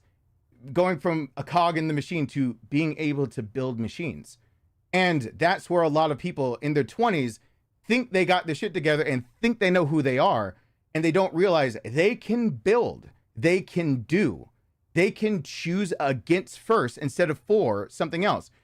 And that all of that comes like to a foray and everything of like, when you do that, sometimes the things that you've been keeping unconscious, suppressed, keeping in the dark, your true self was there the whole time because it was scary, because that's why you wear the facade. That's why you make the choices you've made. You haven't been able to face the other things because you don't want to be that person, but that's who you've needed to turn to the whole time. Is that person intrinsically bad? No, it's just the thing you didn't want to go ask because you feel like society said it was bad. Your parents said it was, your friend said it was bad. You yourself internalized somehow it was bad, but now you can internalize and say it's useful. That thing that I thought was bad this whole time could instead be my best asset, but you're not going to learn that fast enough until you're to that halfway point of you can internally point and then you can externally point at society for what it really is. At that point, you actually do contribute to society because you can see the world for what it is. But Carl Jung also very much stressed the idea that it's now, what did he call it? The event, the like almost like it's a show, like you've been preparing for it and now you're actually in it. Like, and that's where, if you want to know where we get the term midlife crisis and where it's like, midlife crisis partly does come from Carl Jung on accident. Thank you, Carl Jung. But it's when Carl Jung is using the idea of the midlife potential crisis, he always called it as the crisis of awakening. It's where you awaken, and the you that you've been becomes the journey of the soul. The you who you are because of society needs to be part of society. The you who you are when you can look at both sides of you, what you've enlightened, and he kept saying, good for your enlightenment, but the gold is in the darkness, the shadow that's been following you the whole time, your whole life. The two together is who you are, your soul. That's who you are in the middle. And it's it's crisis because you have to face it, but it's the beginning of the soul to grow. And he called it the awakening. So, it's where he starts chalking up the idea of people think of it as crisis, but he thinks of it as you're looking for meaning. So your priorities. Low-key is the name of your channel because of Carl Jung. Yes. The name of my channel is because this was the joke channel. This channel started as not a joke. It started from my brother. Go check the channel's date of conception. Like when I started the channel, it's September 23rd, 2015. I knew my brother was dying and I wanted my brother to share his wisdom. I truly believed that my brother was good enough to help solve some of the conflicts that we have in this world right now. I've met a lot of people. I've been in a lot of places. I've been on a lot of continents. I've done enough to see that what I thought back then is still true now. It's been 10 years and I still know something. There's too many voices. There's too many messages. We all kind of want the same thing, and there's too many people screaming. The messages are clearer in history because we think of, in historically speaking, that we think of one voice. You think of, it's Black History Month. We think of MLK, I Had a Dream. There are other people who helped lead movements for civil rights, and those civil rights didn't get even passed on to women when they're finished with those civil rights. But still, if you bring it down to it, like, there are other voices. But we don't celebrate Malcolm X Day, but he did advocate for the idea of there is a time to fight back, and it was still civil rights, but the guy got shot over it. But so did MLK. So what's the difference, kind of deal? Those are the kind of things I wanted to even discuss on this channel. But I digress. The reason why we know certain events historically and certain names is because they solidified that voice. Martin Luther King Jr. didn't make up the idea of, well, I dream of the one day that, Protestants, Catholics, Jews, and Gentiles can all sit down, sing the same song. Like it's nothing new. But he's solidified the idea that we can think of one thing we can teach kids about civil rights and everyone could stand behind that idea, having a dream that we all get treated equally. And there were a lot of voices back then too, a lot of people screaming. But isn't that just history, since even the three tenet religions all acknowledge that there is a figure, Yeshua? Also, all agree that Yeshua existed, right? This is the only time I'm going to get religious in this whole conversation. But did everyone forget that message got muddied even by those of the Jewish religion, because there was a lot of people claiming to be the descendant of David and the savior of the Jews? Do people forget that? That's also history. But no, we just get Yeshua, also known as Jesus of Nazareth. That's why the whole story in there of it being the story that we think of like being baptized by, the Baptist, being important as ordaining the actual one, because there's a lot of people claiming I'm the descendant of David and the one to save the Jewish people. That gets you power and clout and recognition. So there were dozens, hundreds of people claiming that Yeshua wasn't a one-time person. It's just a one-time thing of, that's the religion. It's the basis of two religions, kind of. Three tenets. That one God, Yahweh, and then the idea of two other religions coming off of that. First, Christianity of Yeshua, and then later of the Islamic faith of believing like he was a prophet, but Muhammad's the last one, right? There you go. So, but even back then, the voices were muddied. But now we have the golden rules, and people don't know where that comes from. Don't be mistaken. Like Yeshua, Jesus would have been the first person to say, "Oh, treat others like you want to be treated." He just solidified the voice. It's not like everyone didn't have a dream that we all get treated equal. It just solidified the voice. I wanted my brother to be alive, and I created this channel, and my name, yes, is based off of Carl Jung. And I was depressed when my dog died, and that was one of the reasons I was depressed. I felt like people tuned in to the channel, could listen to me, and then not know who I was at all. And then people said they would support me and could do all these things and all this stuff. And then I believed people, and then I needed a break from being, I took 2 months and I blew through all of my savings. And that's where I went from things being one way to another. And I got jaded from the channel. If people want to know, that's the truncated of what happened. 4 years ago, dog died. I basically had a meltdown and say, I need to take a break. And everyone goes, we'll still support you. I basically didn't look at finances for like 2 months until I came back to it and went, holy shit. Like, the business is being bled dry. And most people who said support, I was like, oh, like, I'm going to come back to the same paycheck. I'll come back in front of you guys. 7 people checked to see if I was even alive. 7. I already had tens of thousands of subscribers. 7 human beings on this earth checked to see if I was alive during that period. 7. Try having tens of thousands of people, almost 100,000, being subscribed to you.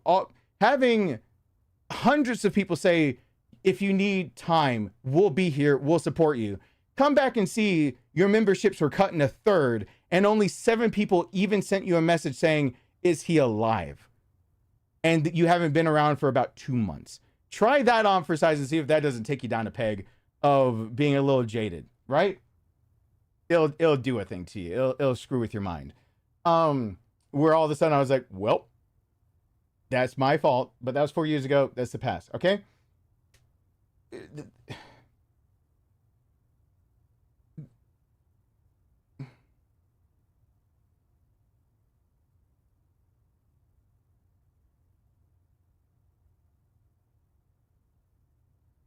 Voices need to be solidified, and sometimes it's hard to know when the voice, those separate voices actually fall under one banner or they don't.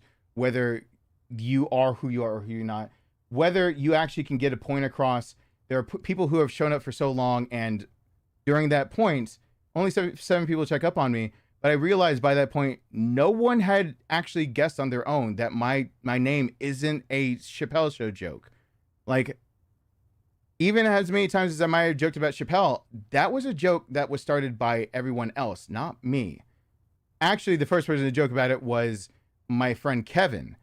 He joked about it, and if anyone goes back in my channel far back enough, there is one video where I shot that down as not being real, but still laughed about it, that, you know, Chappelle did say darkness is coming, like, whatever, you know, because of, you know, the Eddie Murphy and Charlie Murphy or whatever. But I started this channel on September 23rd, 2015, knowing my brother was going to die, thinking that I have to get my brother's voice out there somehow. My brother might have only been 31, but I was keenly aware that we collectively need the idea behind us to follow one thing that solidifies. And I truly believe my brother was the one that's best set up that I knew of anyone to be able to do that. My brother had the wealth of knowledge and the articulation and the a way with words enough to be able to, I was looking forward to the day when I was younger that my brother could actually just argue an entire side of the aisle. You look at, I'll be political for 2 seconds. You look at politicians and it's left versus right and it's this versus thing. But everyone, even on the side of the aisle they sit on, also has their own ideals that don't conform all to one stat because they're individuals. But they are striving for something, and the other side's striving for something, and everyone's supposed to be striving for a better future. And the thing that muddies it the most of the time is the idea that when they talk about it, it's one person, 2 people, 3 people saying the thing that you want to hear. but other people in that same group don't say the thing you want to hear, or don't say it quite the way you want to hear it. But then think about that being in an echo chamber and then in the halls of a political whatever. I dreamed of a day where my brother could just, he had an eidetic memory where he could just memorize that shit so fast, where he could bring up hundreds of pages of just textbooks and anything and people's opinions and listen to it and could bring it back up. If they wrote it down and he read it, he could bring it up like it's some damn paper, like he has it right in front of him. But like, Nathan, where is it that you want me to read quantum physics? What page? Oh yeah, whatever. It's like page 276, third paragraph down. Like, thanks. Like that kind of memory he had. People think of it as a photo memory. People don't have, that's not real. You can't have a photo memory. But it's an eidetic memory. I'm pronouncing it incorrectly, so sue me. I made the channel and I wanted people to see that there was a human being out there that could teach people how to debate without arguing, and is the one I wanted to lift up as I don't want him to die. Mostly because there was a sense inside of me that if this was cruel, this was a very cruel world. My brother was the one who's changed people's lives, and I'm the one who's taken lives and done, it feels like, nothing so far of what I wanted to do with my life. He's the one that gets sick, and we're always so much together that it felt like a cruel joke. The one of us that could handle being alone, sequestered, and dying alone was me. And the one that it felt like the world needed was my brother. The one that survived is me, and the one that died is my brother. Like, it felt backwards. And even my brother wouldn't have sat here and told you that survivor's guilt. My brother would have tried to convince you that that's truly what I believe. And he wouldn't have argued against the logic of he could do things I can't. He would have just said my gift was better than his. My brother always said that my gift of being able to see information and see where to ask why in the appropriate place was better than his, of the wealth of knowledge that he could absorb. That me asking why means more than him knowing all the things. And the analogy he used to use was the idea of, I'm not trapped in any box. That there's no such thing as a box of knowledge that will trap me, because I can ask why the edge exists and go beyond it. And my rebuking him over that was, no one will ever find the edges of the box that you're in. Like, what you know, no one will ever get to the edge. You're literally the smartest person I know. People call you like Ask Jeeves. They're like Ask Nathan. Like Google, I didn't use Google, I used Nathan. People made jokes even when he was alive about like calling him to ask information, because it's slower to find it out on the internet and you couldn't verify it. You could verify it through him, and he could tell you what textbook he got it from or what paper he got it from. Like, Nathan was a more reliable source than Wikipedia. So like, because he cited his sources at all times, and it was crazy. And so he even would probably argue in my favor of that. What I'm trying to say is the one of us that would be more standalone and could help would be him, but he'd say the one of us that could see the problems that need to be fought against would be me. Nathan could fight it, but I could see it. I could ask why it exists, and Nathan could go, oh shit, it exists, and go against it. Like, we worked in tandem.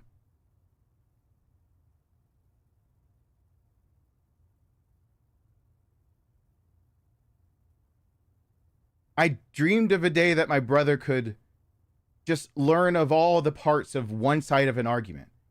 And it really doesn't matter what side he learned. Nathan was very good at playing devil's advocate and being able, I mean, we have a family of lawyers on my side. All of them are dead somehow. Every person that's decided to go into the place to change people's lives or be a lawyer, all of them died early tragically. Every time someone in my family has made that choice, they die early, which is crazy. In fact, the only one of us to choose to help people, like psychology, that survived is my grandma. Everyone else also has died trying to go that route. They died early from something freakish or unexpected. But I dreamed of a day where my brother grew older and could just be an entire side of the aisle where he knows all the opinions of people, and people could listen and learn how to properly debate instead of argue. And so what I created this channel for was the idea that, well, why don't I just show people while he's still alive? So I made the channel on his birthday of being like, bro, like we can, like Nathan, come on, we can still do this. Like me, you, Kevin. I'll be like, Kevin will be the everyman, just someone who's going through life. He's just what he's heard on the news, what I'm someone who questions life all the time. So what I've learned is mostly what I questioned from hearing those things, and I went and researched. And my brother is like the walking encyclopedia. And we'd show, like, me and my closest friend at the time, Kevin, we could go at each other for, we don't believe the same things, we don't follow the same thing, and we could go at it, and Nathan would be the mediator.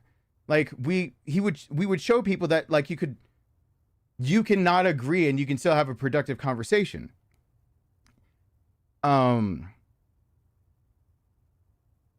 And so, like, yeah, my friend was supposed to be the everyman. I was supposed to be, but I don't know what we titled, but my title ended up being Darkness.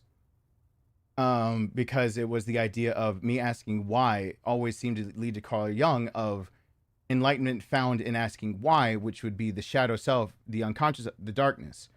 I seem to find most of my answers by wanting to ask why, and Carl Jung would argue that that would be me going past my own self in society and ego and going toward the idea of my own main event, my own awakening, my own soul's journey.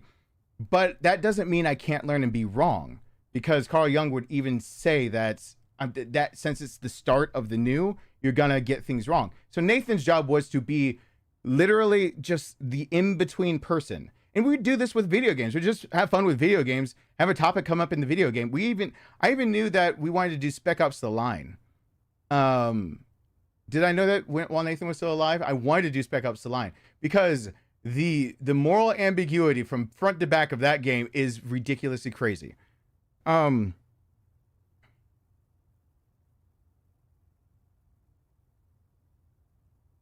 so, and it, so you can see that on my about page, I made the channel on Nathan's birthday, September 23rd, 2015. He died April 23rd, 2016. He never got on the channel. I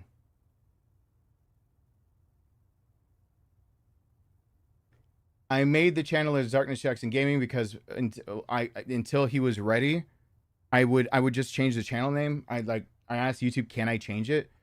But as long as I'm just playing games on my own until he's up for it, like, you know, I'm just sitting here playing some games and just figuring out how the platform works, figuring out how to edit things while I'm being a photographer. And yeah, my friend was the Everman, I was Darkness. But so we turned it into just finished reading. I just saw that. Sorry, that Twitch is the thing that caught my eye. Just finished reading Fahrenheit 451. How is a very different question than why. Yes, it is. Fahrenheit 451. I desperately I want to get my son a copy of it, and I've already promised him if I get a copy of it, if he chooses to burn the book at the end, I'll help him light it on fire. I'll set up the fire pit. He can set the book on fire.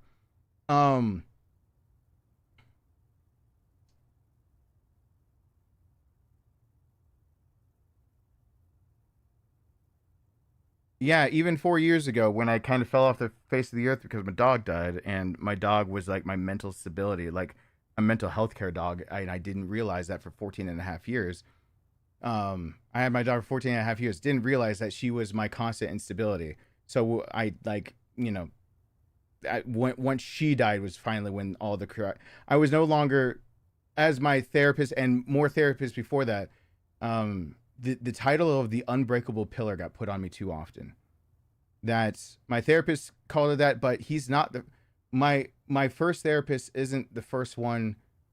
My current therapist isn't the first one to say that people see me as something that they can rely on, unbreakable, and that's why I get used. That's why I got used when I was younger. That I already had this air about me that I couldn't be swayed, couldn't be broken, whatever came against me, I could still keep going. Like, people see me get sick and I still get up and go to work. People see me, like, there was a lot of things that made people believe, especially starting high school, that I was way older than I was. And I tell people about how I used to get notes in my locker of, I know you don't know me, but, and those are real notes that are actually still, a lot of them, in my garage right now in a can. I know a lot, the can that I think of all the time, that's got a lot of Dana in it. Dana used to pass me a lot of notes. But I used to, on a weekly basis, have a few people a week approach me, and I was approached either as me or Nathan's little brother.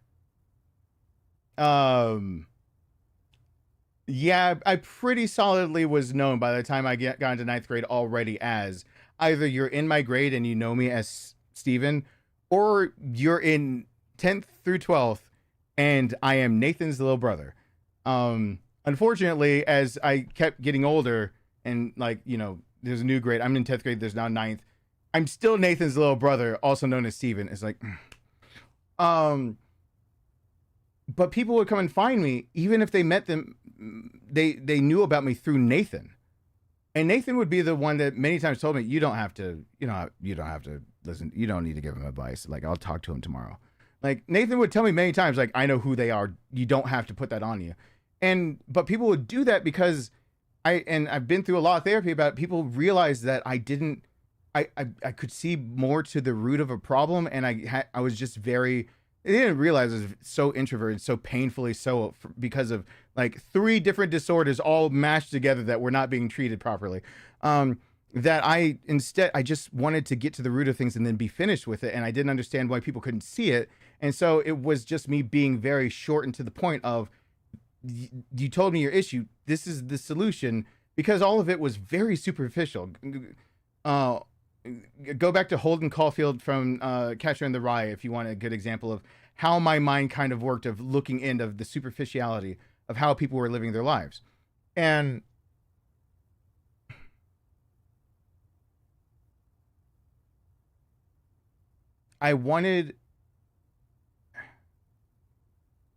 once I made the channel and realized that I could change the name, change the handle, and I knew I would be like Darkness.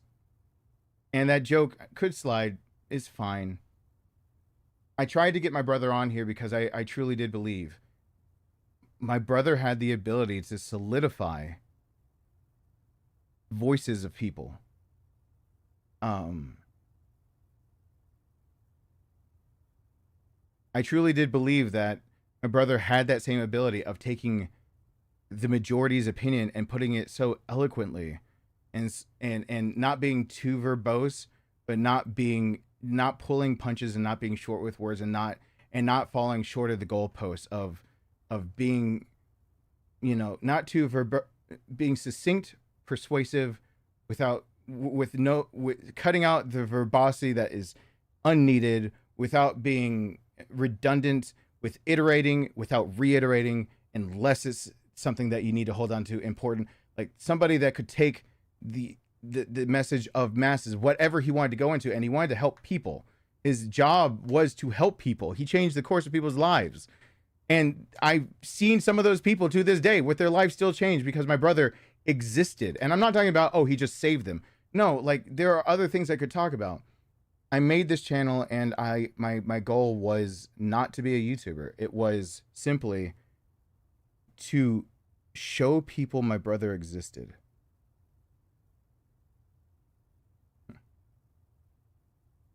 Yeah.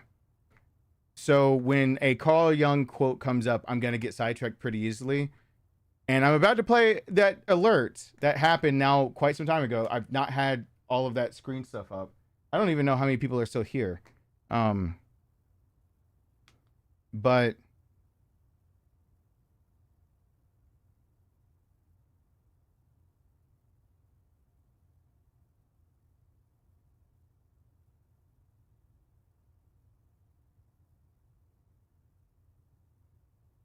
it was just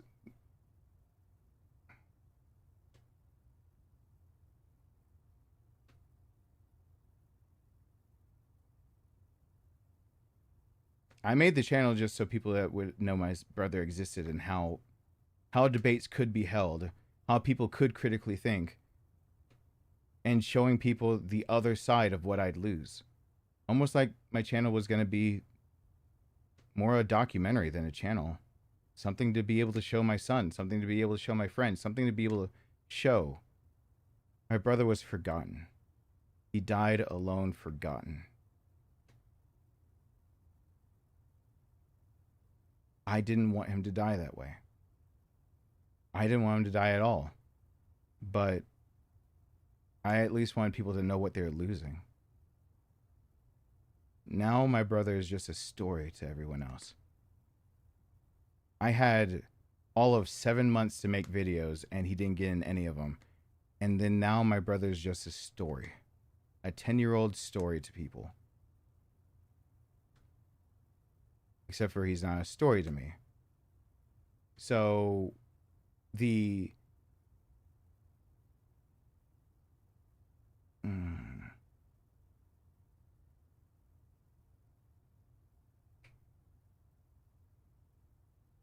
how do I put that?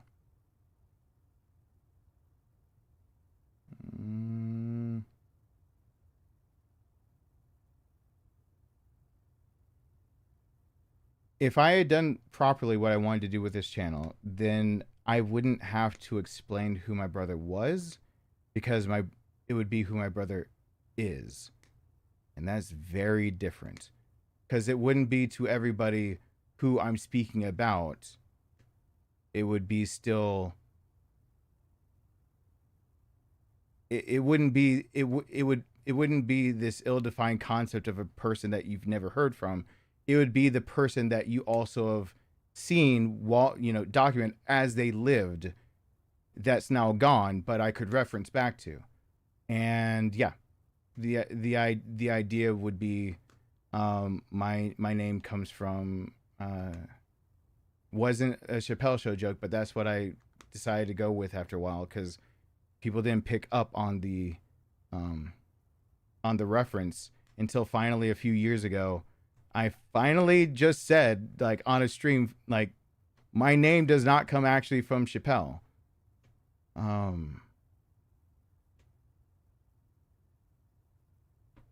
It's definitely Carl Jung. The goal is found in the darkness. And if I had done what I wanted to, then as I hit 40 myself and I look inward, I would have had conversations that were recorded for everyone to see, but for me to look back on, of topics that just matter for life, and have something to show my son and to show friends and to show you guys about not all about it being sad, about the idea of something I can't show you alone. But my brother and I were a good concept of two sides of the same coin. Most people think of that being you're so alike, but two sides of the same coin will never see the same direction. We were like two sides of the same coin.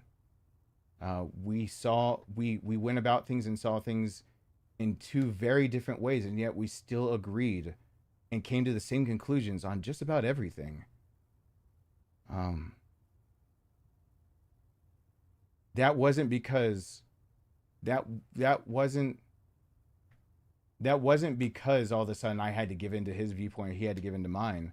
It was because we were civil to each other and we respected what each other had to find, and we could learn and we could admit to a degree, as much as siblings can sometimes when you're younger, but as we got older, that we were wrong. But I didn't get to it. I didn't do it fast enough. And so now you guys don't even know what my brother's face looks like.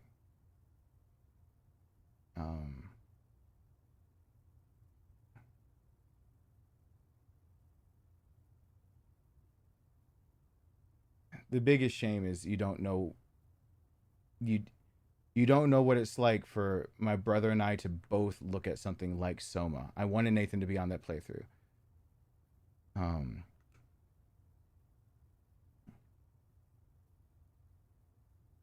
I wanted people to hear what an existential crisis would look like, given that I know Nathan. I saw Nathan did see the fact that I played Soma.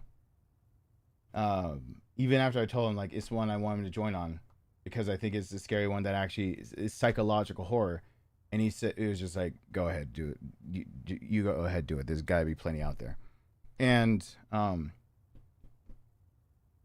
the conclusion of the scariest part of it for my brother and I is not the same.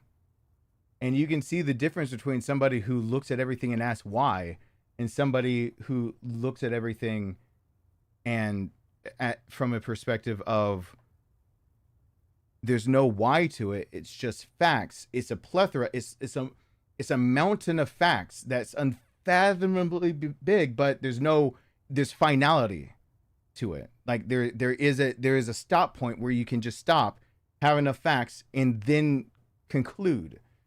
Why has a very big downside of like the little kid who won't stop asking why, of like, you know, why is the sky blue? Because atmosphere. Why? Because breathing. Why? Because the sun. Why? Because of prismatic. Why? Because the problem with why is it can go forever. It's infinite.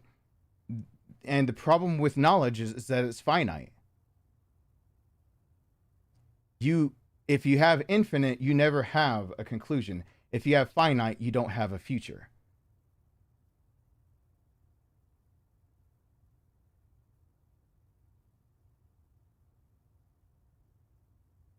You guys are seeing the person that could infinitely keep asking why, but you're not seeing the person that could see a future.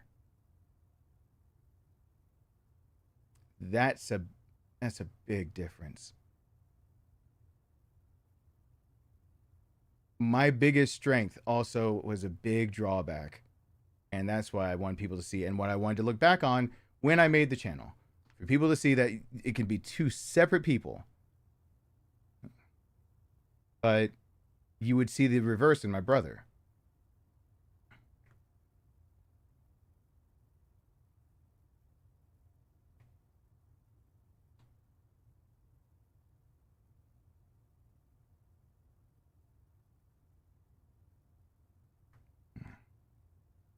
So yeah, my name is actually not Darkness from Chappelle Show joke. It is Darkness, Carl Jung, the gold is found in thee. And it specifically is relating to even that quote and finding enlightenment in your shadow self, your awakening, and the idea of the unconscious that you turn away from. By asking why, I came into moral conflicts really early in my life. And those conflicts, while they didn't have conclusions because my strength is asking why, they at least let me see far enough that my brother could see a future.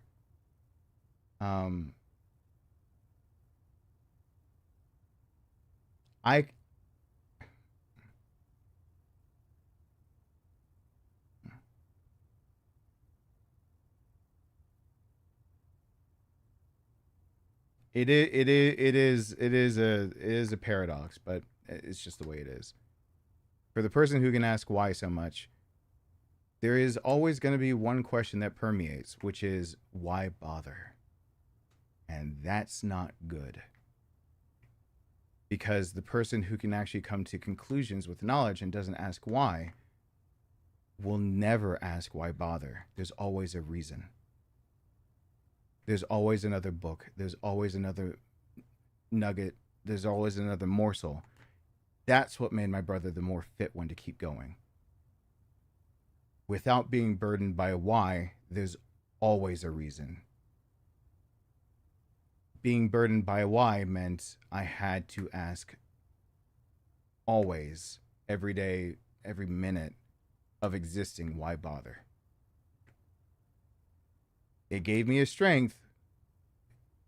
and a weakness.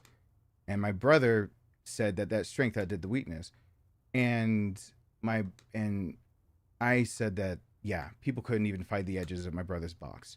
I wanted people just to see my brother before I lost him. So that's all. That's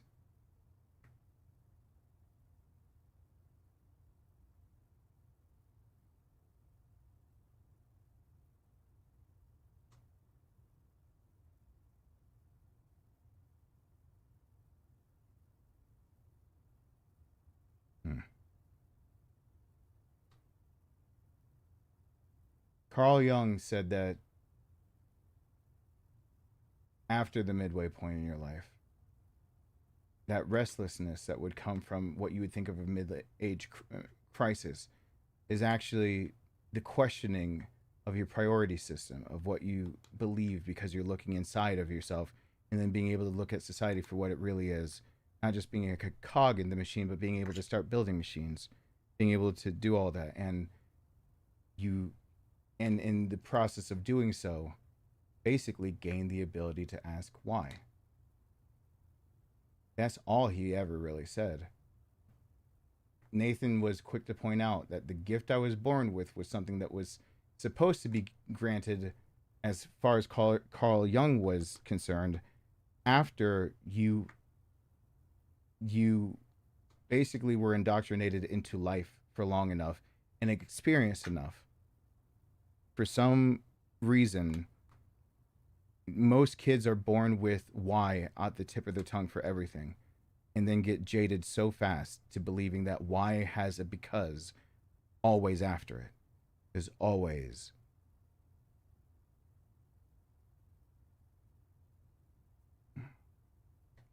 I started off backward. I started off with why and never dropped why. There wasn't a good because. There wasn't a good reason. So there was always a reason for me to ask again. And it wasn't in the annoying way. It was always in the way of, but if what you're saying is true, then why? That's supposed to be something that happens when you start losing grip on outdated, outmoded, and juvenile priorities, as far as Carl Jung is concerned. When you start losing your grip and start losing your need for that, you start asking why. And either it's a crisis or it's an awakening. And you, in doing so, find meaning in that. And you no longer in that moment have anything to prove to anyone else but yourself, which means that without the burden of proof of who you are on you, there is a real you that starts living with the conscious and unconscious, with the things that you've suppressed, with the shadows, with the darkness. And in those moments, in the true start of your life, that halfway point where you've stopped and you can now internalize, look inside it oneself, but I think he called it, the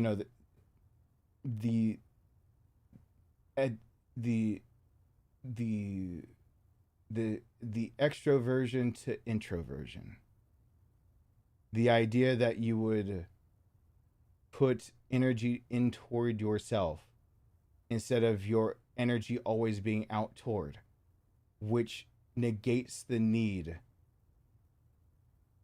to prove anything, because you only have to prove what is not.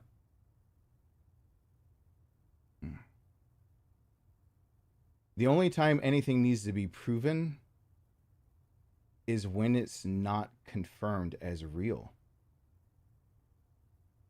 There's no proof needed for things that once you stop living to prove, you're just living. And most people are still stuck in a place of, because they can't look inside themselves, they're still living to prove something to someone else other than themselves.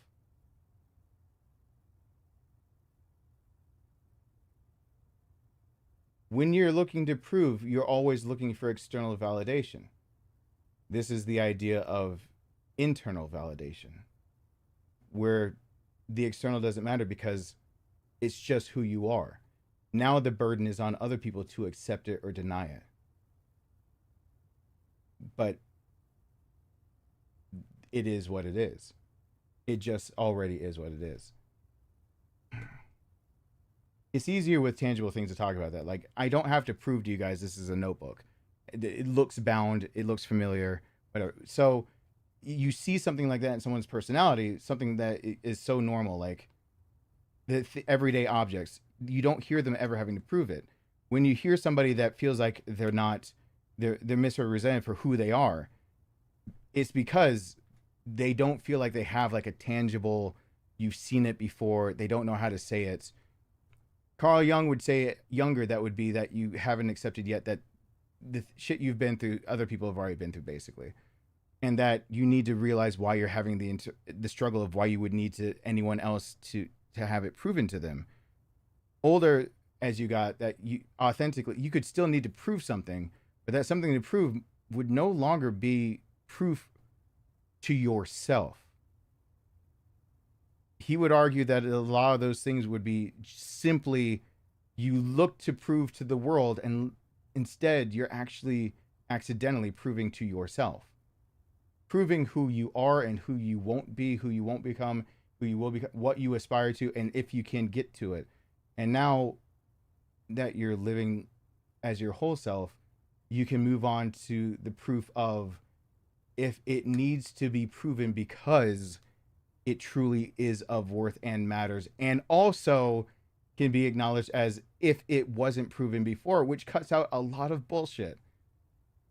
And that's where the idea of his hierarchy of the student and mentor and the and inner world and outer world and society finally come into fruition, when there are people that cross that boundary. That would be the idea of the context of that. Being prepared.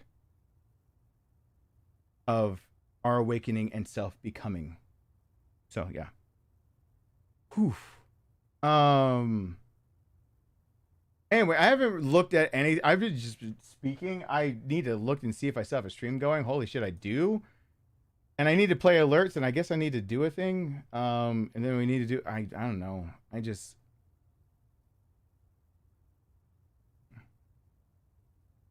What have people been saying? One does not become enlightened by imagining figures of light, but by making the darkness conscious. Yes, that is the quote that my name comes from Carl Jung. One does not become enlightened by imagining figures of light, but by making the darkness conscious.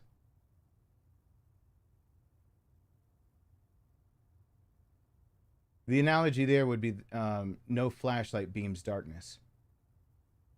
It's easy to illuminate that which can be illuminated. But in the moment of illumination, you lose sight of everything else the beam can't hit. A beam of darkness would show you everything else. Both make up reality. Yeah.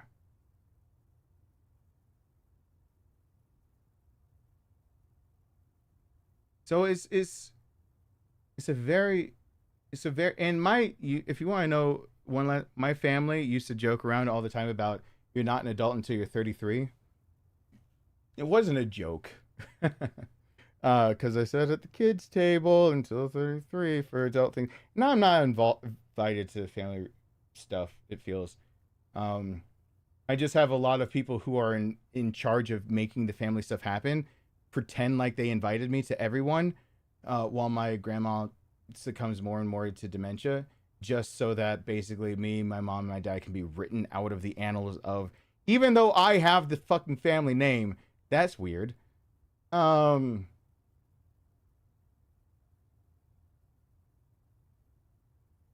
Yeah.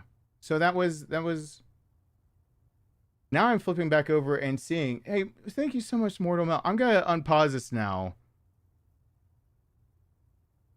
But yeah, that all got started with life really does begin at 40. Up until then, you're just doing research.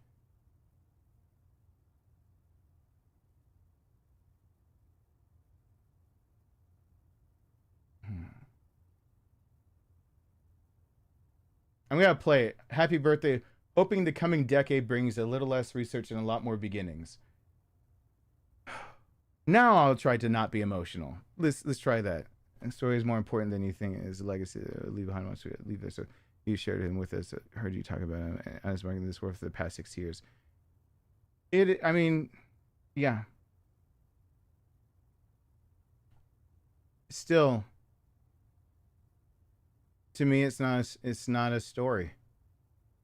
Here, this is easier. I know it's the only thing that you can leave behind once it becomes that. But that's the mistake we keep making, believing that all the things we hear are stories. You can take any story in your mind and decide that it's fiction. And unfortunately, most people hear stories and decide they're fiction fast, as in it's the fiction of the. Because here we go, and this is why my dad hates this. It's because of the first definition. Let's go by Oxford Dictionary. The first definition: account or imagery or real people and events. That's right. The last three words are why story isn't the best. Told for entertainment.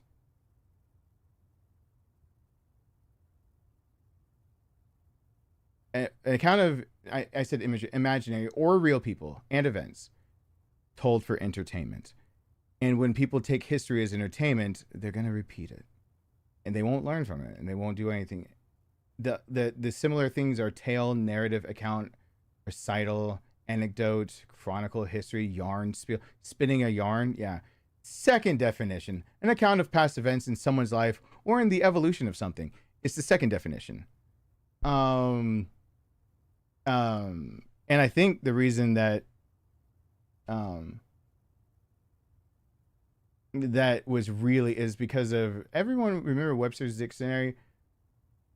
That went out of place of being like the top dictionary in the US and in the UK. Merriam-Webster, I believe Oxford took its place. I've got both, and I grew up with both, but I'm looking at right now story, and the first definition of Merriam-Webster, and it's an account of incidents or events, or a statement regarding the facts pertinent to a situation in question. The second definition is a fictional narrative shorter than a novel. Third, a widely circulated rumor. Fourth, lie. Fifth, legend or romance. Sixth, a news article or broadcast. But the first definition, an account of incidents or events.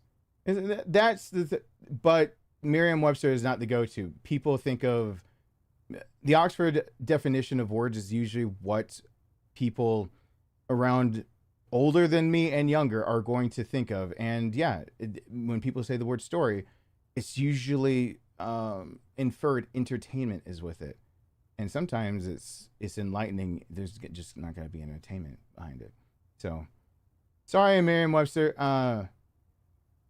God, do I still have the Webster Dictionary? Cambridge Dictionary, a description of events that actually happen or that are invented. See, that's the problem. The ambiguity of stories. So there you go. We chose violence. You guys were right here. You're participants because you didn't stop me. I can't. My brain. I did it the other way. Oh.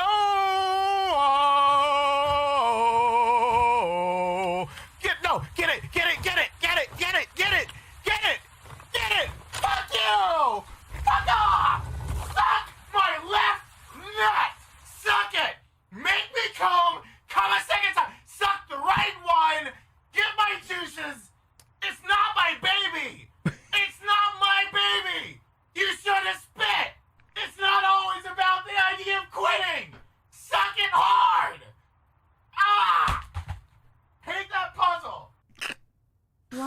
does begin at 40.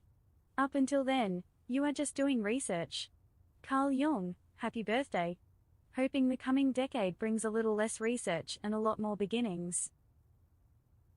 Thank you, Anonymous. Thank you. I appreciate that so much. And 2 hours later, it got played. Sorry about that. And having Martin with the Prime sub, I appreciate that. That little sound of hate that puzzle is my headphones being thrown back at the chair for people who don't know. That is definitely the controller might have been wireless, but the headphones were not. So walking out of this office and throwing the headphones back out and then not finding the controller and realize that I had just lost it enough that the controller was set down, like out. It was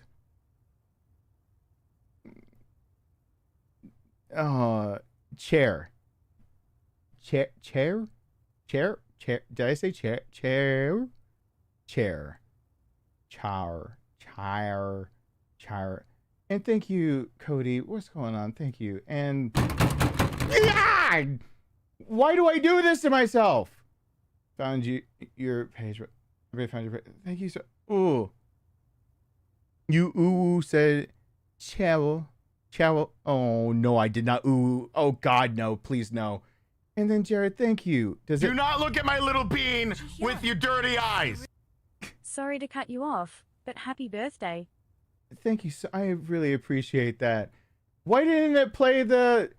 Oh, it didn't proc it as being it barely proc it as being underneath. Why didn't it proc it as being 100? It is set to, even if it's a super chat.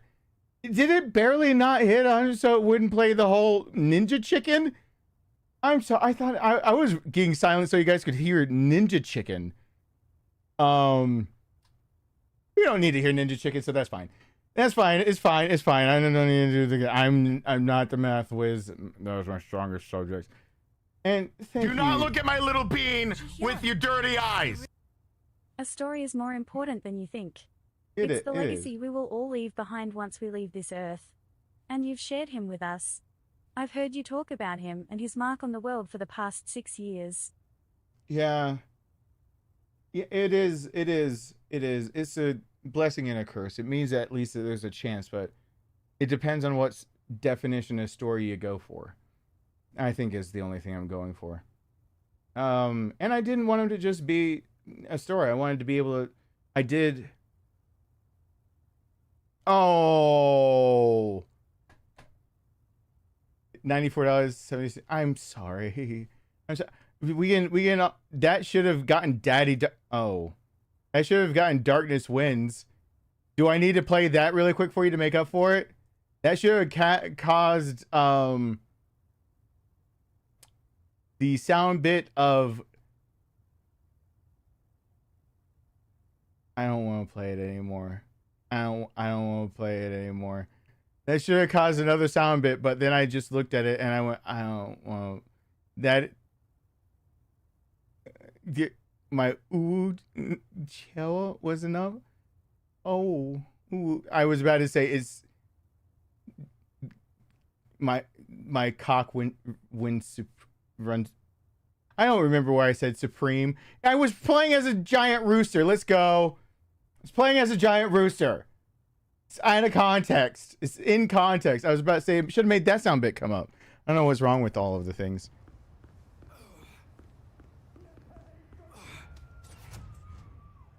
My uwu. Damn it. Oh, wee wee. If I uwu, I don't have to say other things. I can make everyone cringe in a very specific way. Shit.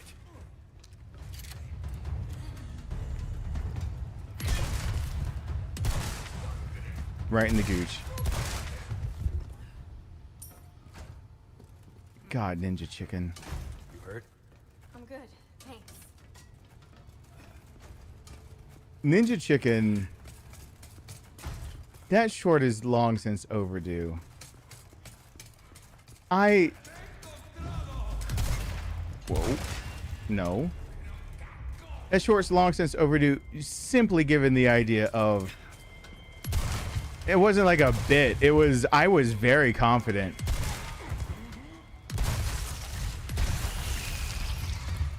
Jeezums.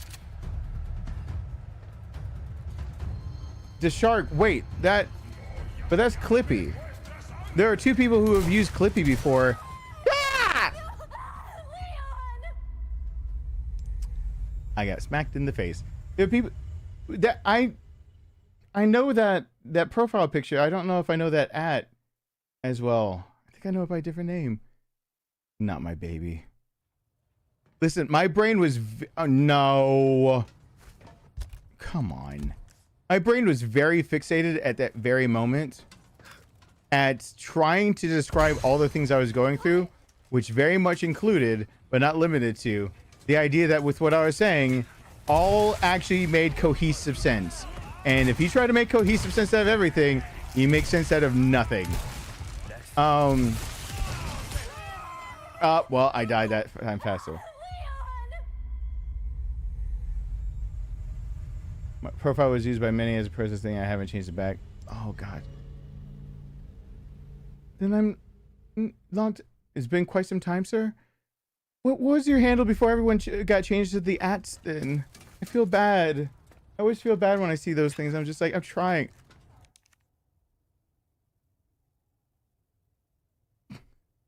Thank you. Maybe it'll screw up. Maybe Ninja Chicken will. All right, hold on. I got an idea. Hear me out. I got an idea. Hear me out. What if? Hear me out. What? Oh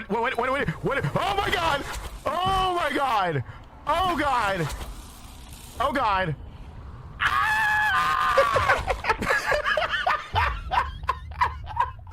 That was so sincere, though. Oh God! Okay, yeah. I mean that will. Hey, Jack. Everyone, Jared wants a kid, and yeah, Ninja Chicken.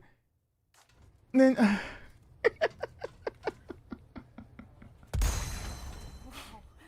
Chicken. I was so sincere, despite the harsh. I appreciate it. Thank you. I really do. Also, okay, I got died. Ninja, I gotta make this short. I can never give away. I think I took it down and I hid the clip where Ninja Chicken comes from. Because that is where it comes from. No, because seeing that in context, seeing the actual video of that even makes me look at it and go, oh God. Because I was so... There is so much confidence.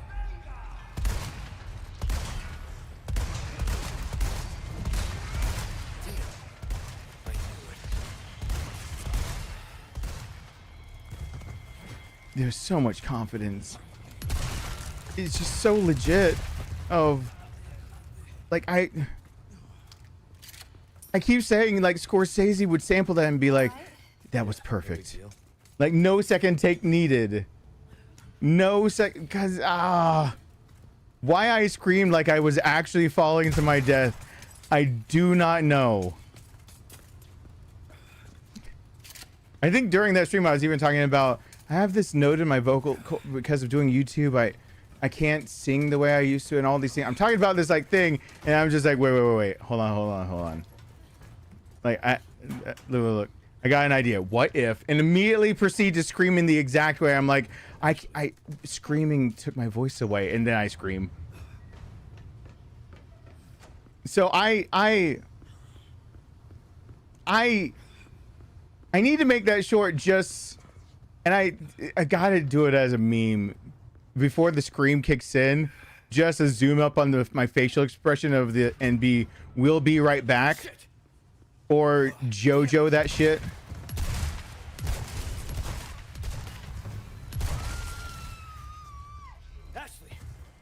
Cause that...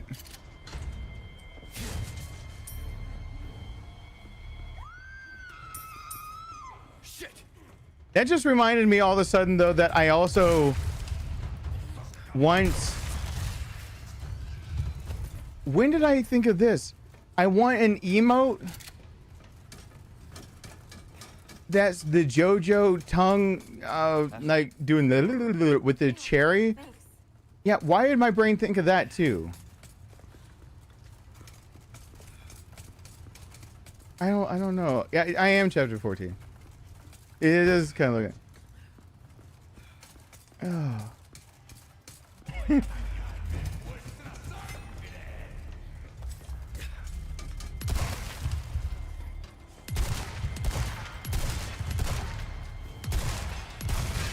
serious.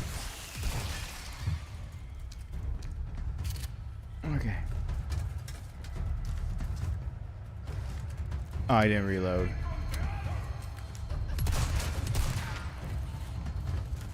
No, no, no, no. No. No. No. No. No. You okay? Yeah. How does my pump have infinite ammo? How did we do? Oh, because I have cat ears. It's just modded so that the cat ears I'm wearing aren't showing up. Because, I mean, I can make the cat ears come back on. Just sometimes you don't want to be a furry. Even as you're playing this. And I don't know why they're like, here's an achievement, you're a furry. Like, no.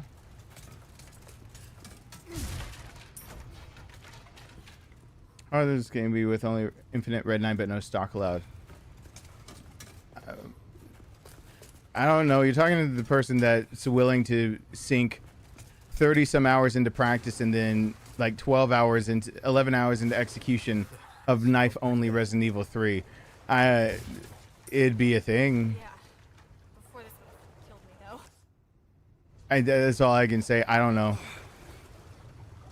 Like, I can come up with ideas to make things difficult, but like, I do have a certain level of like, fuck it, we ball about me. I don't know. Also known as patience, persistence. I don't know what you want to call it. Yeah. Got it.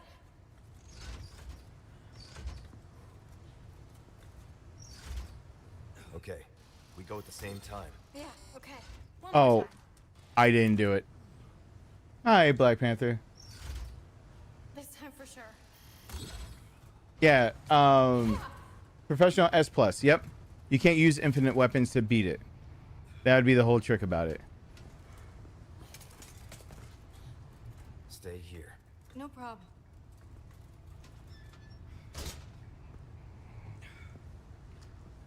I was thinking for trying something really hard, but doesn't suggest I pay for CBT. What's CBT? I'm confused.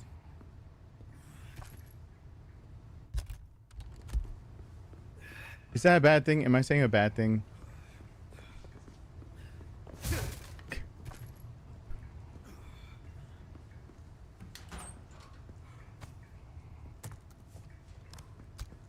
Okay. Took notice and followed advice from already two guys on my own struggle thing. Thank you for the bits. I really appreciate that. Lenny, what's going on? Nonchalant Lenny. Thank you, thank you. I was very much not expecting you to not know that. Do not Google.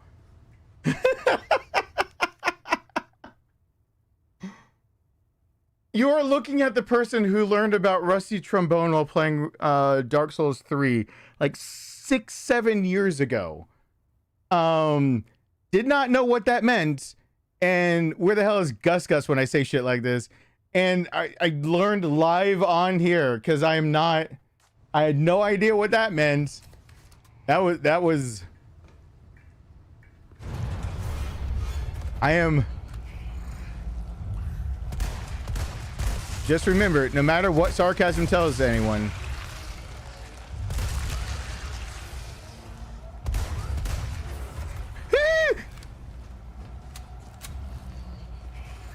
special for spicy. I thought masochism was already spicy enough, but a special spicy. Gotcha. What? Die, you stubborn son of a bitch. No! Hold on. Hold on. No, please.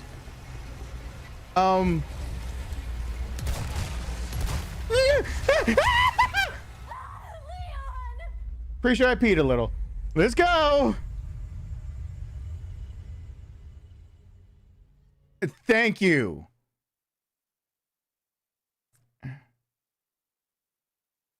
So, like, have you ever crushed a grape with your fingers?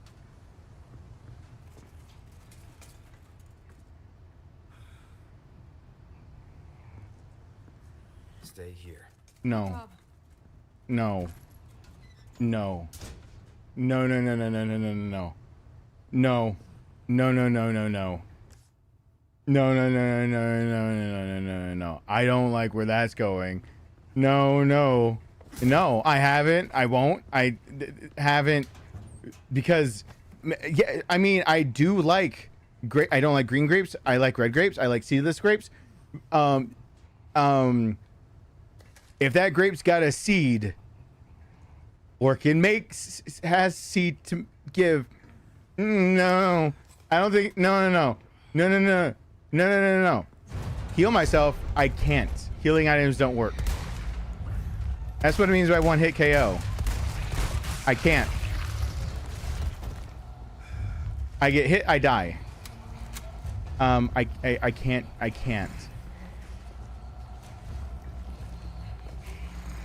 Oh god.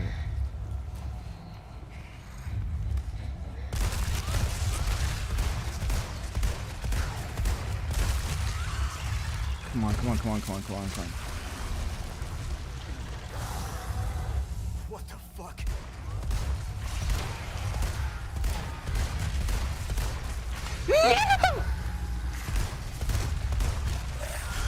Okay. God, not landing your shots. Jesus. Cuddly bastard. Ugh. Let's get out of here.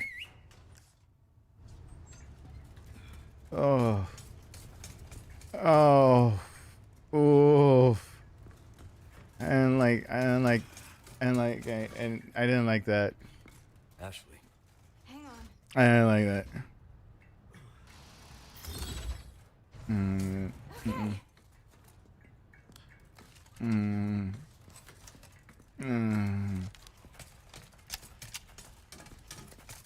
Wait, do these rats? Yep.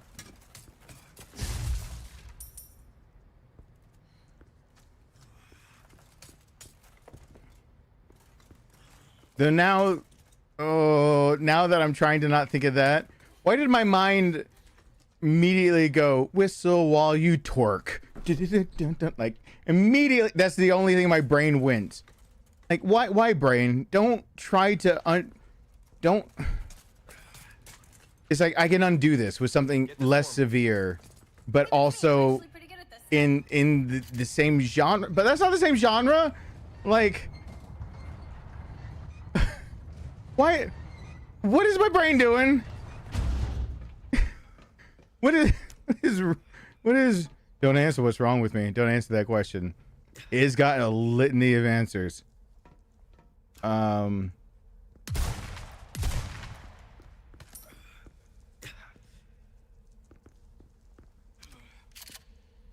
Where's that rat? You dirty rat. Come on. Oh. Why did I think? I don't know why I think. Thoughts that I have, they come and they go. Con I Joe. Something dark side. I don't know. My brain is not. Can't that be 6,000? Oh, To get the extra little money, I think you have to do this. No, 59.50. I swear it could go. And that's wasting one. 59.20. 59.20. 59. Okay, cool. I'm saying things out loud, but the 59 inlay. We got one of. Yeah, your color. Color, if you hear me. Okay, are you better with red eyes? Okay, that's 42. Hold on. 45. Or 45. Or. Okay. That's like 3 different colors. And then these finally have. Just remembering for the next time. Now I need the rest of these because I don't remember if there's another crown. Okay. I'm finished with dicking around with this. Okay. I just won't remember to sell things if I don't stick my stuff in it.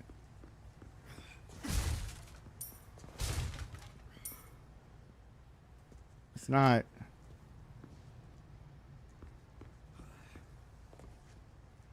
It's not the way I mean for that. That's a hell of a statement, but leave it. Hi, it's a bat. Come down here. Okay, no. Thank you. Cheating, cheating, cheating. Show me, show me, show me, show me. There's a body. Where's the body? Show me the body. Like habeas corpus. Show me the body. It's gonna be there when I come back. Show me the body. Nope. Rat. Oh, now I put on the flashlight. Where's that last damn rat?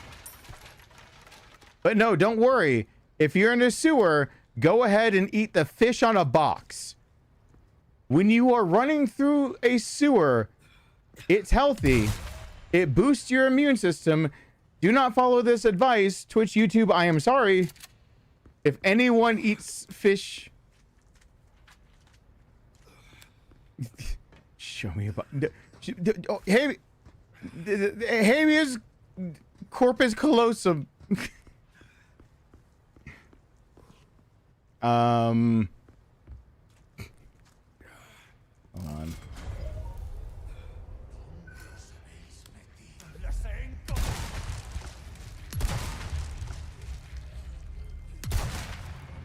Everyone runs like they've never run before.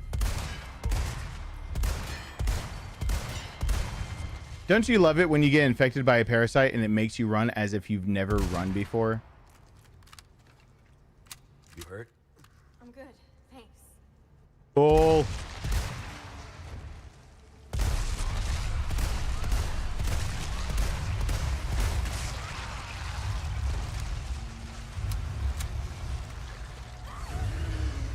She can't be picked up. Damn it!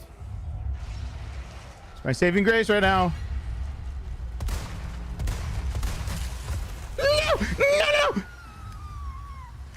I'll help her in a sec.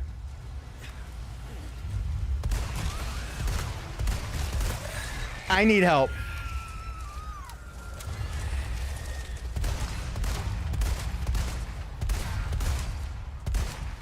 Okay. No. It's a red barrel.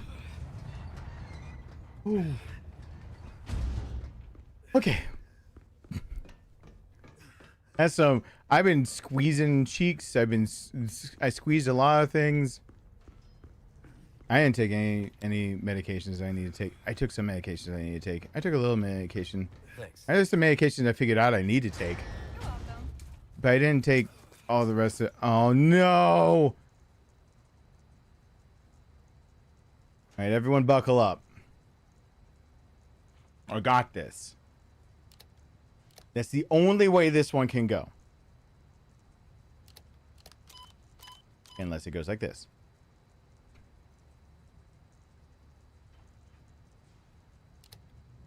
There is a way to solve this that is way easier than what I'm making it. Will I realize that in time? Wait, what? Wait, the electricity is only going down. Why isn't it flowing to the next node? It has to be like this? Where's it coming from? Oh, this is controlling the inner. Oh, hold on. Okay. Hold on.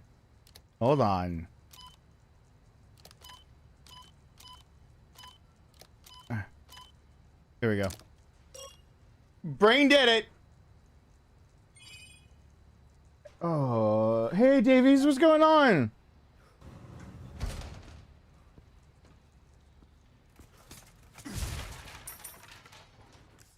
Making people look brain damaged since the 90s. Yep, the 90s and now. Brain damage. All right. You're in front of around everything. Do you have a mother stream or video that you finished the run? I'm curious. Why did my brain go mothership? I mean, yeah, I've finished Inferno a few times, and I finished it knife only. Which run are you talking about? I probably do, and it's probably accidentally hidden. I need to go through a lot of. Okay, so now that I'm on Twitch as well, I can do what YouTube's asking, but see what was happening was I was kind of getting penalized for having a channel that was being considered inconsistent because I'm live streaming all the time. But then when I take a live stream and I put it into a video, if I live stream it first and then edit, so I do a 1080p live stream and then I edit it to a 4K video with all the times that whatever, it still gets on my channel as being duplicated content, and YouTube doesn't like that. And I am not gonna go make another channel just for live streams because it's been way too long and we've been doing this way too long.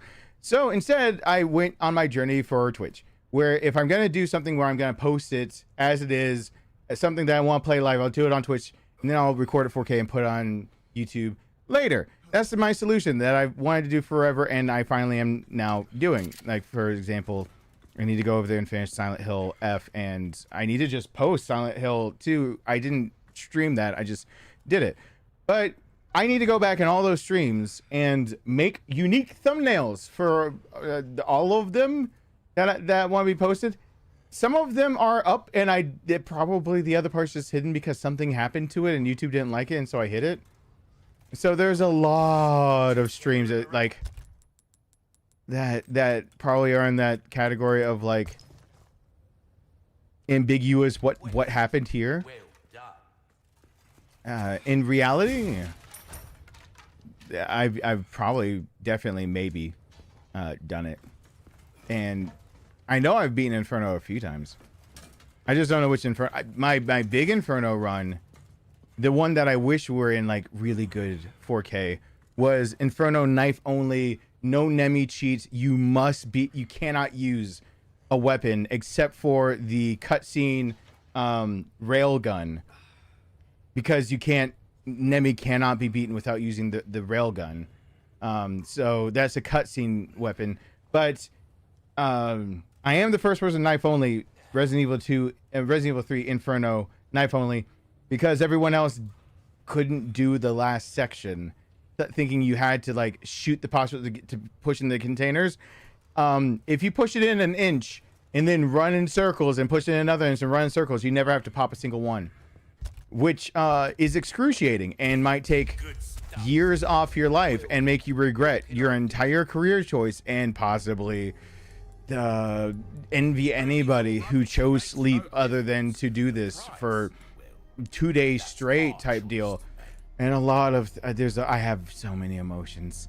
Anyway, it's probably there somewhere. If you can find what date it was and you go back to Discord announcements and you scroll way back, if it's just unlisted, it's in the Discord announcement. And if it's also just unlisted, it might be in the playlist and not be, it might be in the playlist of everything unlisted. That's on my YouTube. I need to restructure that too. There's a lot of things that need to be restructured. Now that I actually have a way to like streamline it, I have to restructure it eventually. Daryl! Okay, I got a lot of money. What do I spend it on? Thank you. I don't know. I don't know what to spend. I've got a lot of shiny things. Can I shoot things from afar as shiny? How have we procured these curiosities? Do I get... You don't want to know, mate. What you see is what I've got. There's nothing else to upgrade. I am just collecting money at this point. Oh. You have a ticket, do you? Show me the ticket. Choose a weapon. I'm glad the video could help. Okay, hold on. I did say early on the primal knife could come out. And the only reason the primal knife is coming out is so that I could get rid of all other knives. But I couldn't use the ticket to upgrade it all the way. But it's Leon's knife from original RE4. And it can be infinite. We've not used any magnums. So we're good on the magnum front. But I am going to spend my money on something. Which is a lot of money for a backup knife. Because I'll use it as a backup. You have a ticket. We're starting to get an idea of your That is a lot of money. That is a lot of money. Try that on for size. Yeah, that's a lot of money. There you are. As you wish. Sad to say that's the end of the road for that weapon. It doesn't get any. Okay, primal knife. Primal knife is backup. If something happens, we can use the primal knife. Back anytime. They chose sleep. They didn't choose. They chose sleep, so they didn't choose full knife only. Then, I mean, don't say skills. You said it earlier. Don't say skills. Zzz. My hero.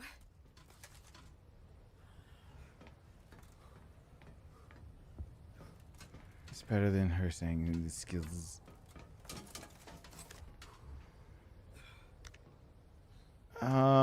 Do tangerines work to break the wall?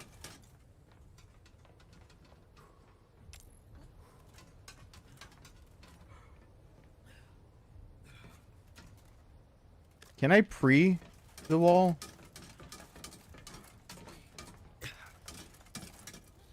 I've never tried to pre-break the wall. Here's an experiment.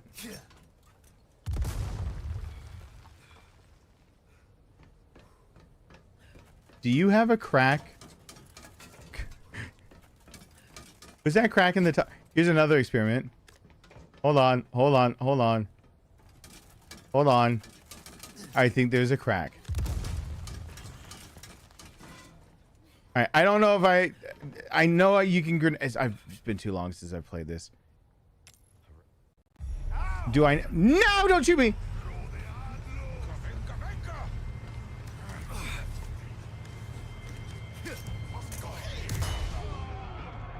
Oh, hi. Wait, was something thrown near me?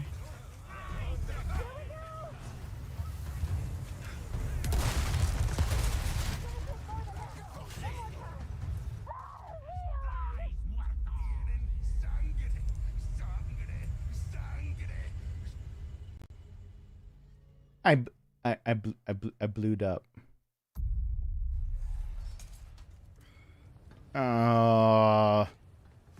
I gave her a chance to say skills again. Don't say it. My hero. Is she stuck on my hero?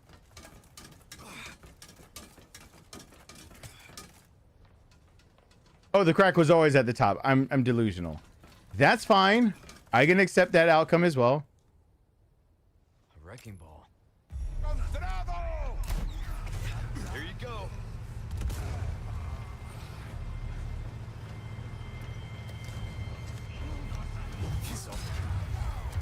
Okay. It was my intention to block the... Okay, hold on.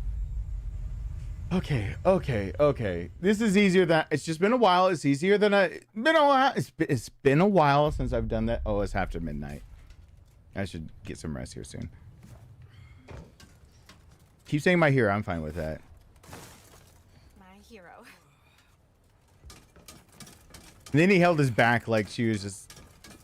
It's like, oh God, I didn't mean.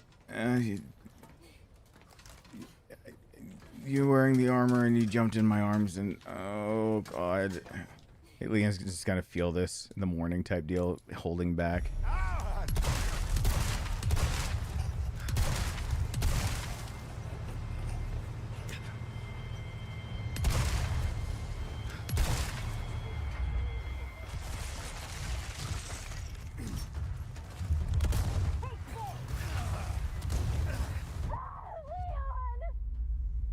So I had a thing come out of his body. That's fine. That's fine. When things come out of the body, it's perfectly natural. It's like a birds and the bees talk. If it comes out of your body, it's perfectly natural. Leon! Skills. Shut up. All right.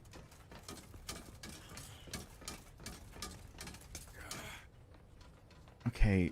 This has got to be easier than I'm making it out to be. Just here. Just kill a few things. Harry, the projectile. Don't know. I'm better than this by some measure. Maybe. A little bit. Possibly. At all. Maybe. Just protect your inside. Don't do the. Keep that Z off of there. Hero. Okay. Okay. Okay. Should be easy peasy lemon squeezy. Just shoot him in the face. No, don't. Why? It's getting way too late. It's getting way too late. My brain is going like, what if I did an expert roulette in Final Fantasy XIV? No, I already did that. What if I did Pilgrim's Traverse? What if I did anything other than listening to her say skills? My hero. They spell out the Z. Who spells out the Z? Okay, it's fine. No. My son hears all this and is just like, my dad has a legitimate career and I'm proud. And I tell everyone about his job. A wrecking ball. It's what my son does all the time. I swear. In my head. That's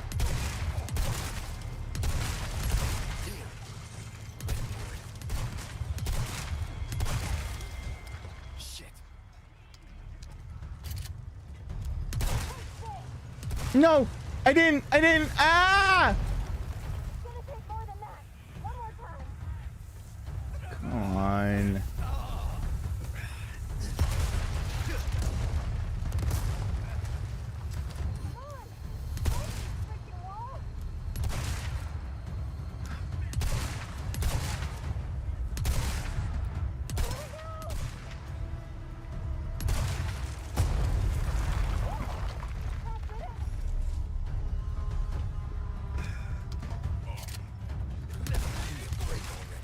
Okay.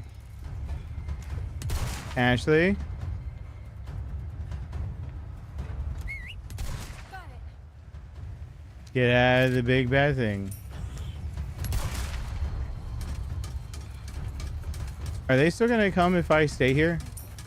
As in, isn't there one that usually comes from up top and does things? Is it over? Can I just collect their stuff and go now? Did you see me? That was awesome. Sure. Yes. I think you might have found your calling. Her calling is being very thirsty. Wait. What was common in 2004?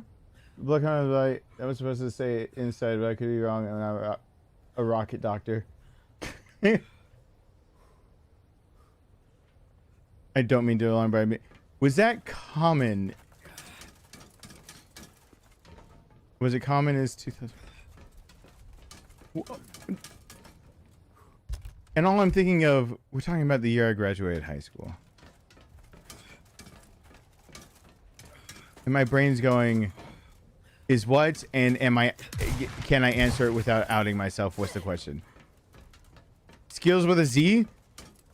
Oh, God.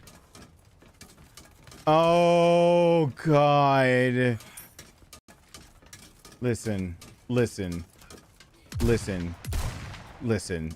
Okay, just listen. 2004 was a place where the internet didn't know how to internet. Now, I know we still don't know how to internet, but there was something even called leet speak, and that was just becoming a what are you doing thing. And when leet speak is just finally becoming a what are you doing, that doesn't make you cool, turning your 3 into an E, then like putting a Z on everything made it cool. And you're going back before 2004, you're going back to any product. Just go towards all the ShamWow commercials you can find and the slap chops. And before, in that era, somewhere in that, you're going to find things, and it's got to be marketed towards kids, and they have Z's for no reason. They popped up in the late 90s. They didn't go away until like the late aughts. Okay.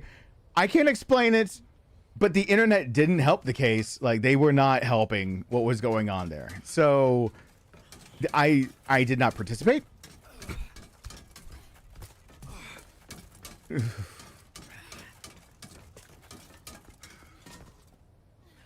Example, brats. Oh, why does Twitch and YouTube both have to think of brats at the same time? Oh, ouch. Everything inside me hurts. Like, my shoulder just hurt. Nothing's wrong with my shoulder, I don't think, right now. Unless it's a heart attack. Could be that. Otherwise, it's just my soul, which I think is exiting my body.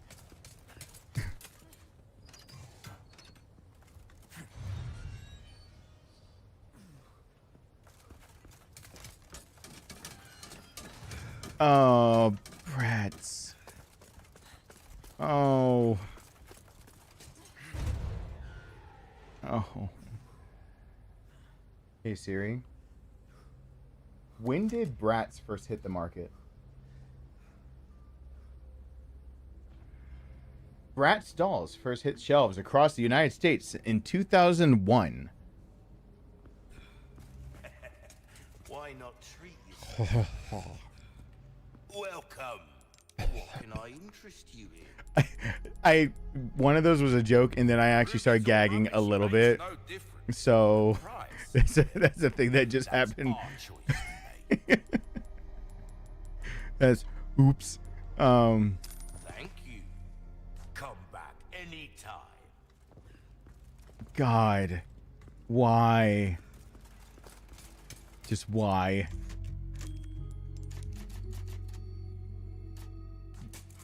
Yes, Bratz is a prime example of just stick a Z on it and you get all the marketing. Stick the Z.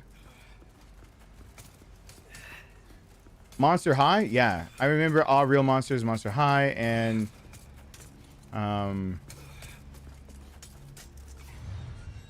what was the monster trifecta? I'm forgetting a monster. Hi. Not energy drinks.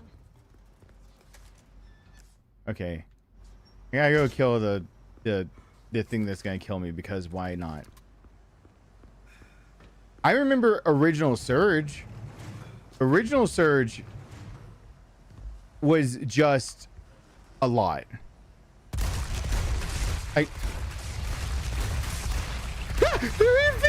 The parents were taking it out of proportion, but Original Surge was...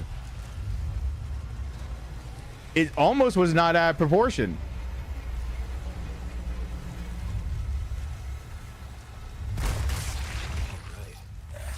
Uh-oh.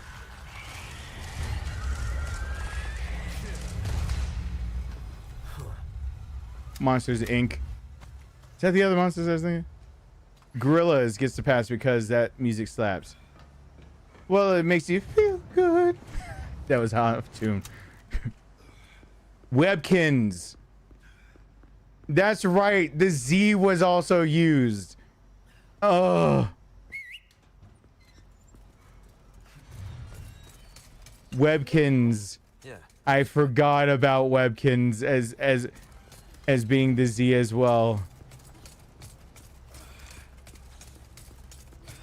What's funny is that as soon as I saw that, I was like, okay, no.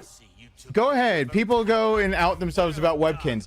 I was going to say, I think I know people who did the Webkins things, but I won't say anything. No, anyone who would like that, I was like, just go ahead.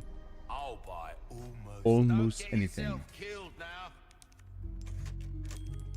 I'm gonna protect the innocent of the victims or whatever.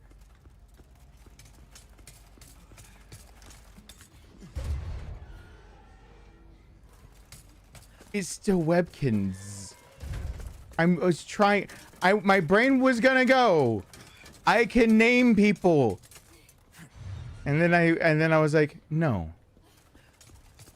I am but a YouTuber with a kind heart and shall not do such a thing.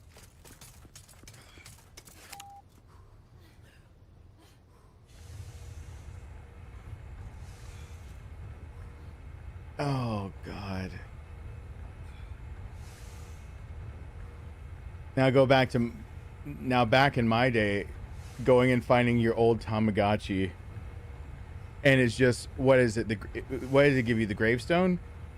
It's clipped on your backpack. You forgot for forever. Like the clip, like, doesn't work. The battery's still going. You come back to it, and what did Tamagotchis put on the screen? The grave, the dirt pile. I can't remember which one.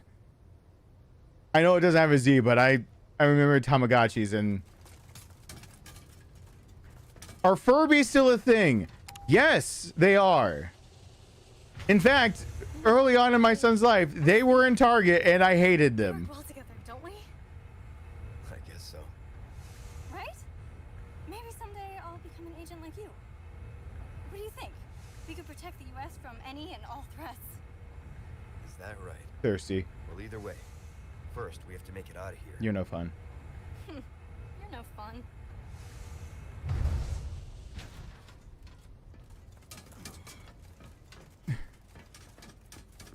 I call them monsters. Furbies are still a thing. Now, the original Furb coming at... Thank you for the continuous support, Alyssa. Why? Coming out of lurking to say I've been a proud Webkins owner since 2008.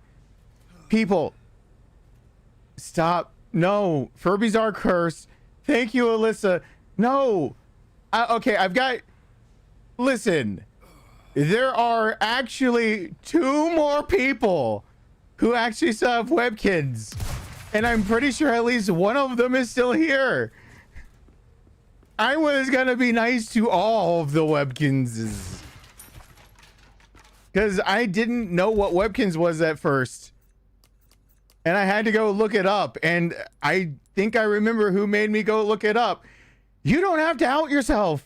Whoever it is that it might be. Because I actually know what a Webkins is. Before, oh God, 61 months is 5 years. Before that. And actually, who brought, and not you, not Paige, no, I'm not outing anyone else.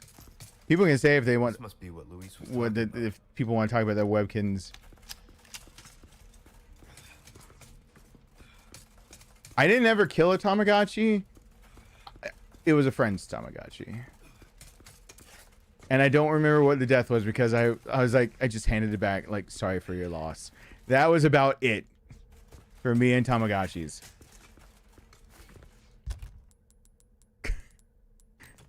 My job was can't bring this with, look after it. And I was like, whatever.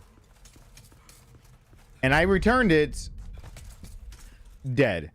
My bad. Didn't know it was that important to people, or that they'd get very upset over that. Very, very upset. Extremely upset. Okay.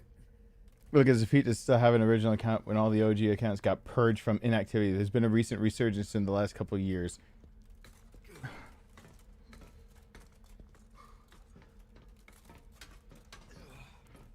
Oh yeah, I gotta look at the thing. Hey, Mike L, what's going on? I got 1, I got 3. Can I get a 5? Can I get a 5? 5 in the fishnets. 5 in the fishnets. Can I get a 5 in the fishnets?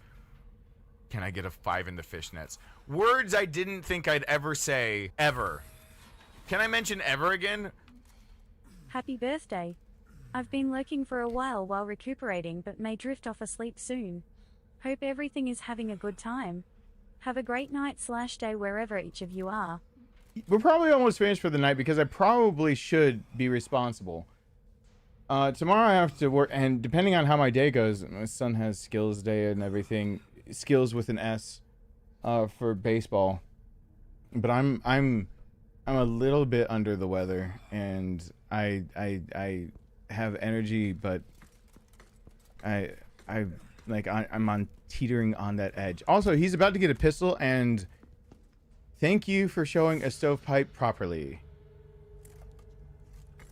She limp wrists the thing, and it stovepipes. I still look at this scene. I still look at this scene and appreciate, since she limp wrists the thing, it's stovepiped, and she couldn't shoot.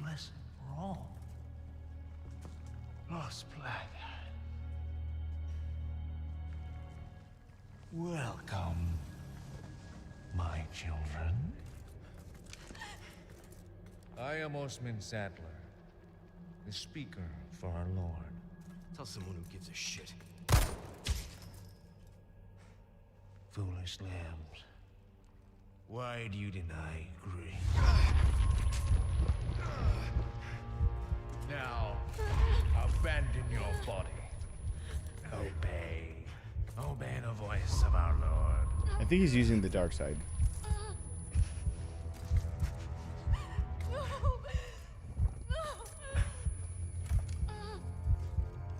Look at it. She's got to limp wrist it. And limp wrist. And the stovepipe is right there. Child, do not resist. No, it's not right there. Wait, he's not showing it. It's not there. And you see the slide? You see that he's got a compensator on the front, and the slide isn't. There's a gap in the front. There's a gap in the front near the muzzle. Yeah, it's already stovepipe. Right there, stovepipe.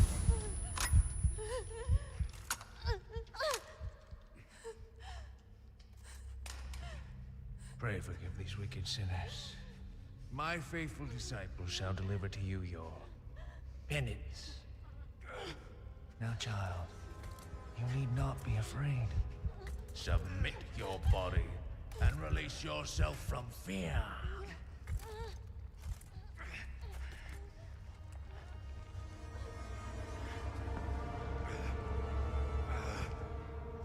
Yeah, but why do they have all the ties around the neck?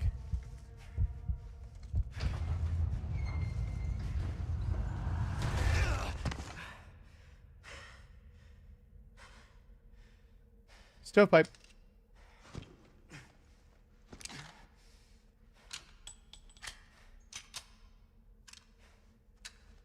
And cleared properly too. Drop the mag. Don't turn your stovepipe into an accidental double feed unless you absolutely know what you're doing. But he just did it properly, because why rush it when they already got away?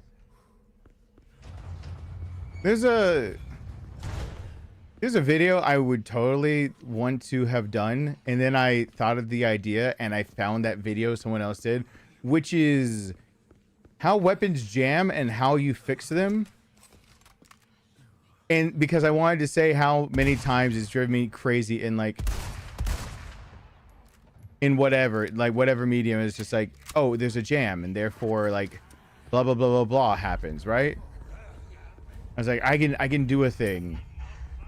Someone already did like a not made for games, made for just all the time as a learning thing, but for rifles only.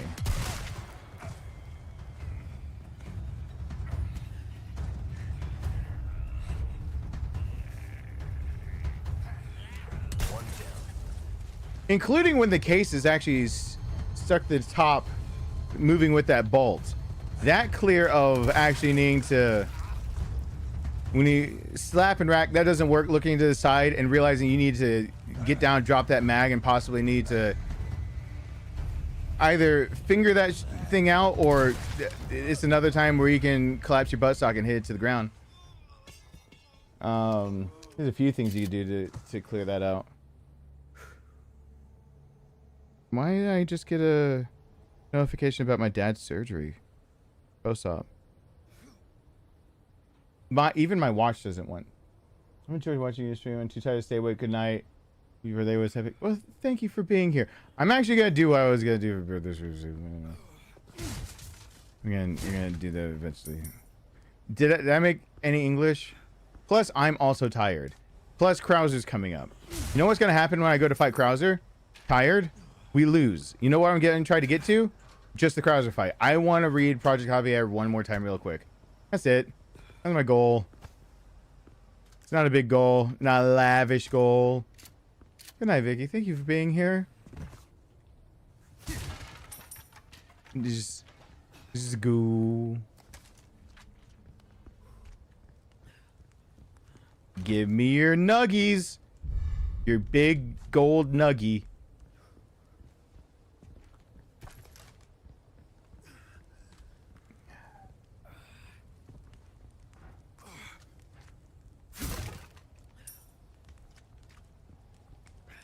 Okay.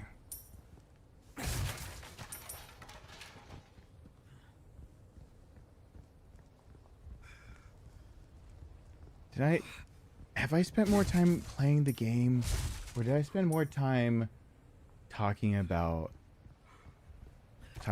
psychology? Because maybe I should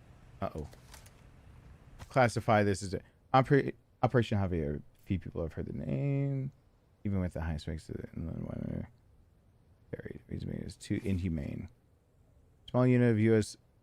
sent to infiltrate areas of South America, eradicate drug cartels. Several years to prepare. Only most elite soldiers were selected to participate. Leon participated. Krauser stayed behind. I don't know if it's failing out, but I do know the fate of those elite soldiers once it was over. Apparently, the entire unit was wiped out except for the commanding officer, Major Krauser. Not by the Krauser, but by the U.S. Was it? Did he not? Did Leon participate? Shouldn't, right? Shouldn't have been difficult to extract a single strand unit, but would have taken. All would have taken was a single. For some reason, the military didn't act. Rumors say that the outcome of a power struggle among the top brass. So it was directed from the former president himself. And never know the truth, since it's all covered up. The U.S. government let those people die. Brave young people who dedicated their lives to protect their country. I want to expose this crime not because it's my responsibility as a reporter, but because it's my duty as a fellow American. This documentation contains Operation Javier, and it was written by an American journalist named. Who wrote the document for Operation Javier?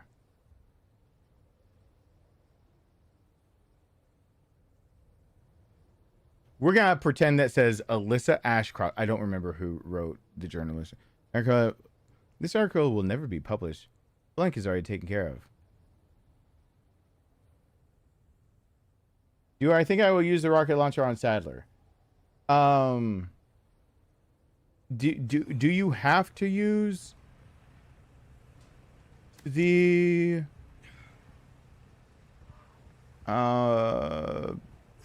rocket launcher?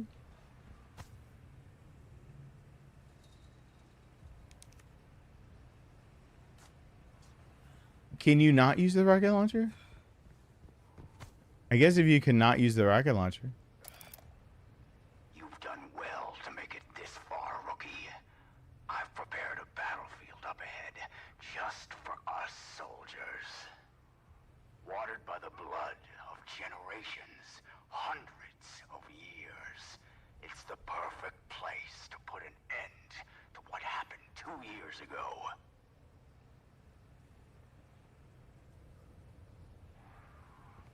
I gotta go re-look up all the shit about the project. I have to look that back up because it's gonna. I don't remember. I don't remember.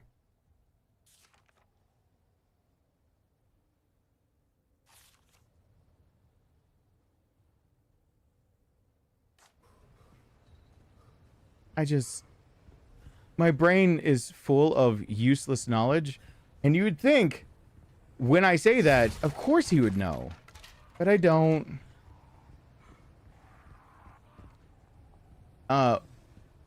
Where are the burbs? Wait. Burb. That burb definitely dead. Oh, breaks over, I suppose. No. There's nothing you can give me. I can sell you a gold ship brick. That actually looks like a gold ship brick. Never mind. Don't say things like that unless you mean it, because apparently you can just sell a gold ship brick. Okay, cool. I'm not getting through Krauser's fight, am I? I'm not. And there's nothing else I need to upgrade, so. Ooh, upgrade. Pretty penny for that. Don't want to do Got that. a selection of good things on sale, stranger. Freezes drop right ready. Back is killing me. Oh my god, you got into 3 different dialogues in that one little span of space. I didn't know what to do. You got me dialogued. Okay. All right, let me go ahead and die real fast, and then I'm just end things. Just end me. Let me get a beetle real quick. Turn around for the beetle. Beetle. Is it the next one down? Beetle. Here comes the boy. Beetle. Okay, there's got to be a beetle though. Is that at the stop of the next drop down? I think maybe. It might be at this drop down. It could be at the next drop down. Never mind. I'm gonna probably be restarting this anyway. Beetle. Beetle.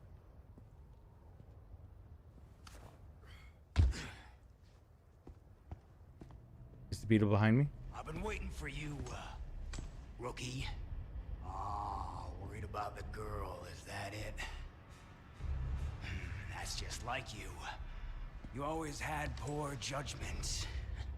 But if you think I'm gonna let you out of here alive, you're even more naive than I thought. You can't save her. You can't save anyone. Give it up, Krauser. Being a lackey for these maniacs won't bring your men back. And what the hell for? Revenge on the government? You think they would want that? Revenge. You think I'm doing all this for revenge? Isn't that what this is all about? See, Leon was on the in project. that jungle, I had a revelation. Was he part of the extraction Most team important thing in this that didn't get world sent? is pure, unadulterated power. Los Illuminados have given me that. You know, you were always an asshole. But at least you had some kind of code. Some honor. And look at you now. Enough reminiscing. Move out and draw fire, soldier!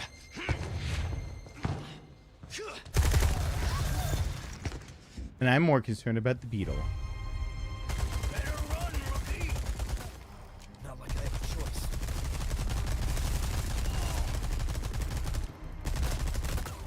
What's wrong? Show no mercy! Beetle. Oh, she. Okay, hold on. He can throw he can throw knives. Uh-oh. Yeah, we're not. Not tonight. No. Hold on. I'm gonna give it one more. Just one more. Just, no. No. No. Better run, rookie! Not like I have a choice.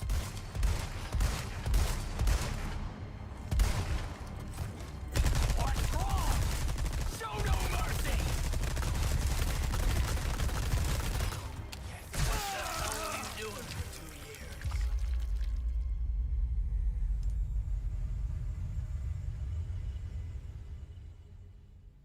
Okay. Okay. I'm getting through some things. I'm just trying to remember. I'm getting some remembering. I'm just trying to have some remembrance real quick. Better run, rookie! Not like I have a choice.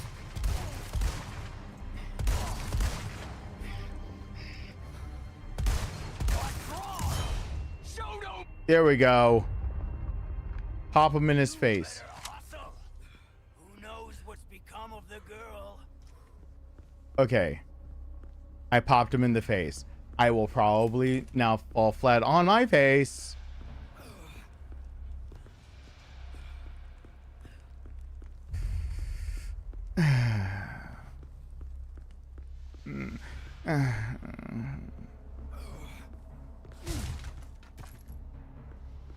No.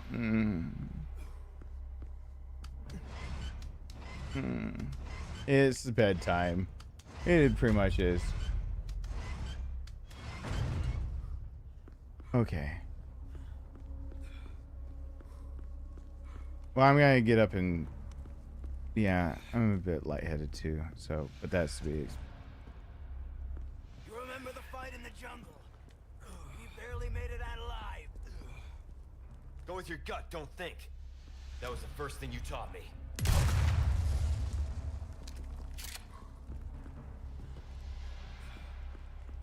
Even missing a quick time means death. So if he jumps out of nowhere... It's in one big trap. I can't fight him on his terms.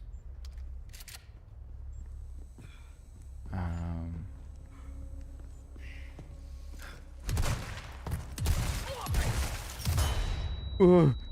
I'm not nervous, you're nervous. Oh, thank you. I appreciate that.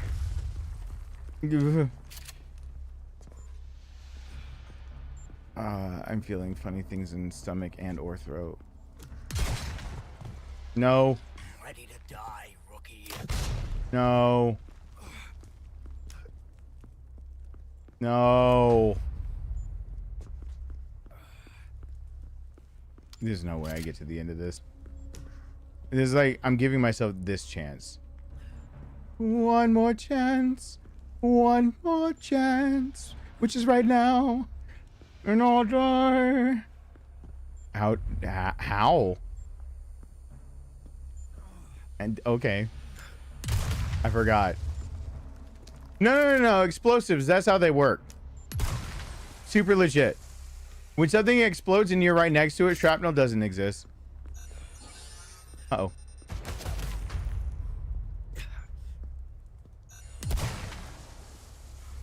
Yeah, shrapnel hadn't been invented in 2004. So it's cool.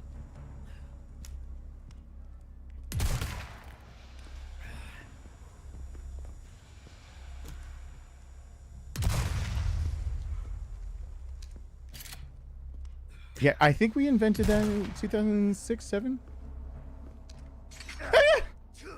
Bear traps don't hurt you. You have some popularity in Taiwan. I was introduced to you by some streamers in Taiwan about your RE7 playthrough 4 years ago. That is right, but it's from a different game, I think.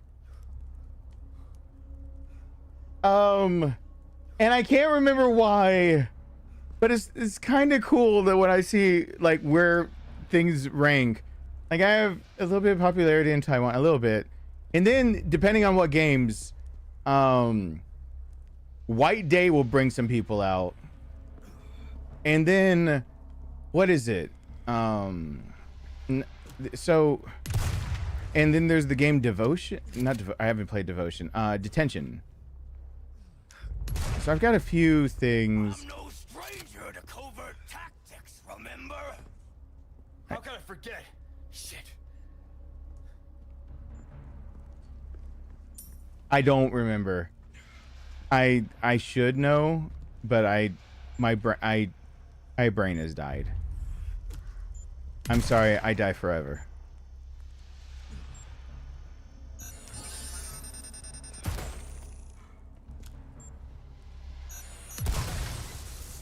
He's gonna run up and just kill me. Uh-oh, uh-oh, uh-oh, uh-oh, uh-oh, uh-oh, uh-oh, uh-oh, uh-oh.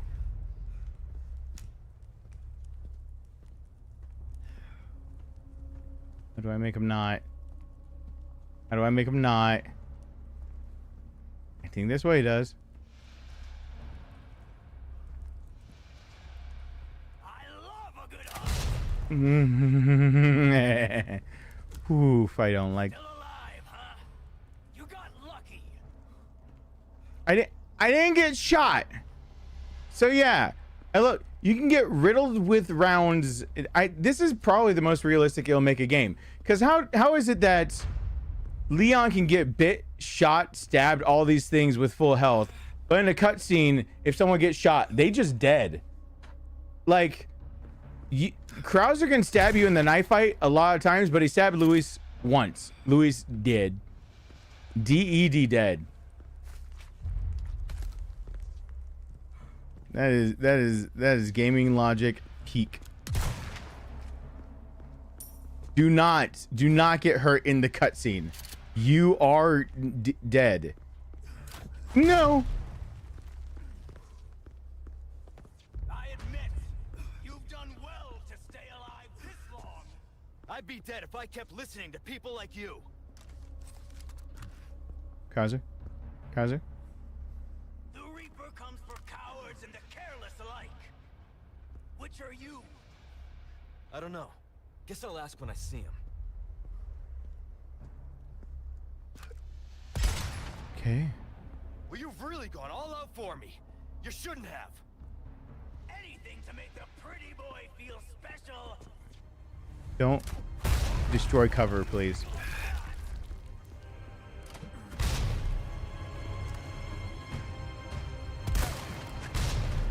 Okay, that's not.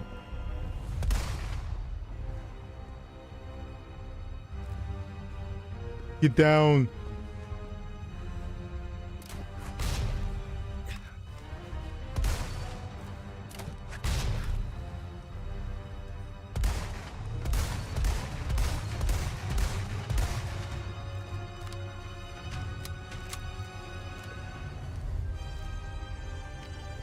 Okay.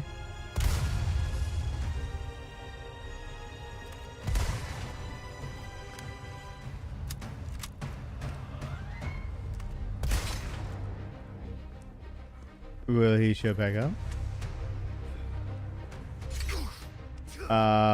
This would be a bad time if he showed back up.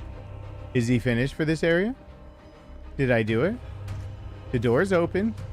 Does that mean I did a door open thing? I'm getting danger burps and it hurts. You passed with flying colors. From metal. Okay, I passed. He said with flying colors. I'm not getting through the knife fight. Will it auto save near the knife fight? I've got it even on pro. It auto saved. Oh no. I don't want this. I don't want what he's gonna do. This is it, soldier. What the hell were you doing? Okay, but what? How? But like. This is it, soldier. What the hell were you doing? Okay, but listen, this is like probably gonna like how did you how? I don't want to. Do I have to flash him? This is it, soldier. What the hell were you Okay. Do I have to duck and cover? If I shot him in a cutscene, he'd be dead already. I shoot him now, and I just gotta go through all the motions. Uh-oh. This is it, soldier. Oh, there's a thing here. What the hell were you doing for 2 years? It's probably bedtime, isn't it? It's probably time. Is it? I'm Porky Pigging over here. This is it, soldier. What the hell were you doing for 2 years? I know I'm going to bed, but listen, there's a part of me that just wants to know how to live for just a moment. This is it, soldier.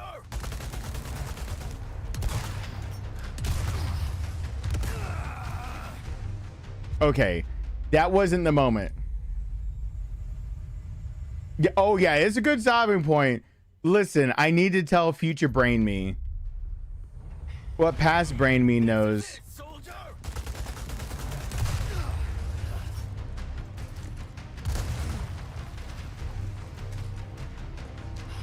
And uh-oh.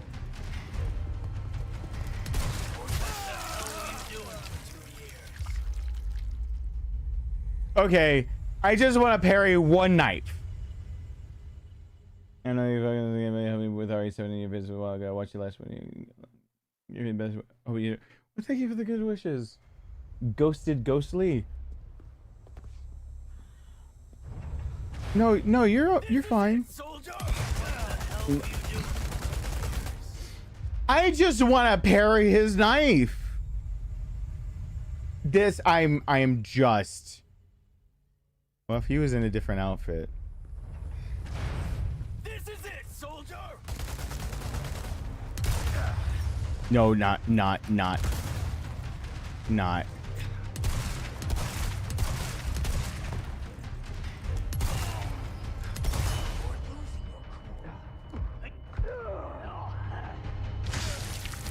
the hell were you doing for 2 years?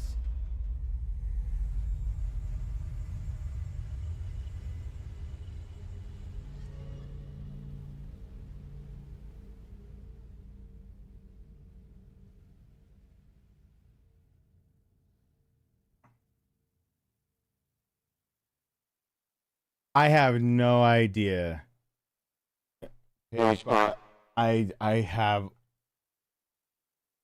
That was. Oh.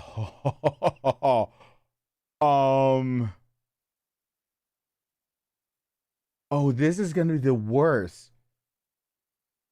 This is gonna be the worst. Oh, this will be the worst. Probably sometimes on the purple and sometimes on the red.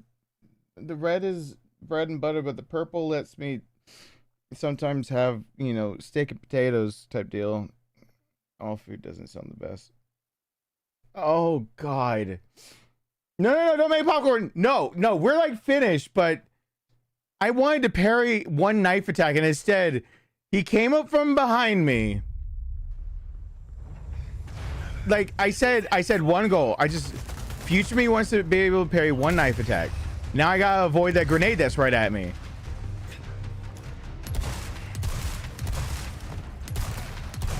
You're really doing this? It's not too late. You and me are two sides of the same. No! Jesus Christ, dude! Never see eye to eye.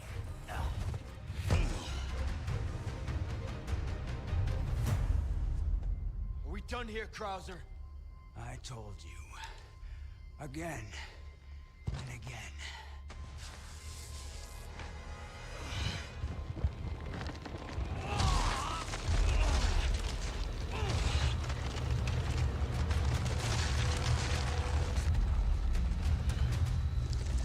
You're too soft to do what's necessary.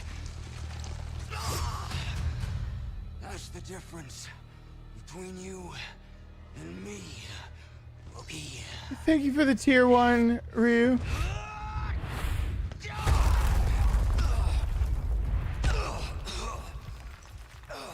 to go ever.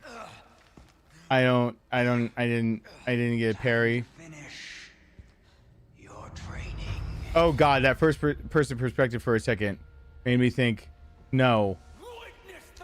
I don't want to witness. I don't know what to. I don't know what to do now. Am I autosaved? Did I do it? Thank you for this thank you for I appreciate that. I don't. And the game is freezing up. The game doesn't want this. Okay. You know what? I didn't want that.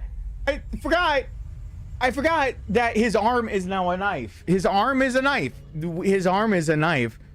It's not. If he were to be in dance class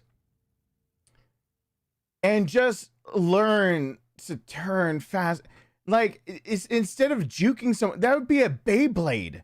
He's a walking Beyblade. Just all you gotta do is a pirouette and then hold your arm out. Beyblade. That's what you have. And I have to fight a living Beyblade. Has anyone else ever used Beyblades? Those are some of the most dangerous things ever. They don't like to stay in that little arena, and they have sharp edges, and I'm dumb enough to be like, let me stop the Beyblade thing you're doing because someone said something. And I know I was younger because I was dumb enough to put my hand in that when someone said something, and ooh, there's probably a scar somewhere from, because I remember being like, I'm dripping blood. Like, I'm just dripping lots of blood. Well,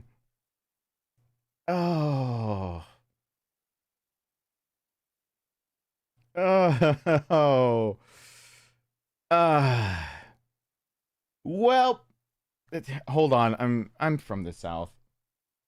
Let me get the microphone in the right place when I say something like that. Right before I roll credits, I just said the word, so I have to do it. In the South, here we go. Welp. Getting kind of late. Looking like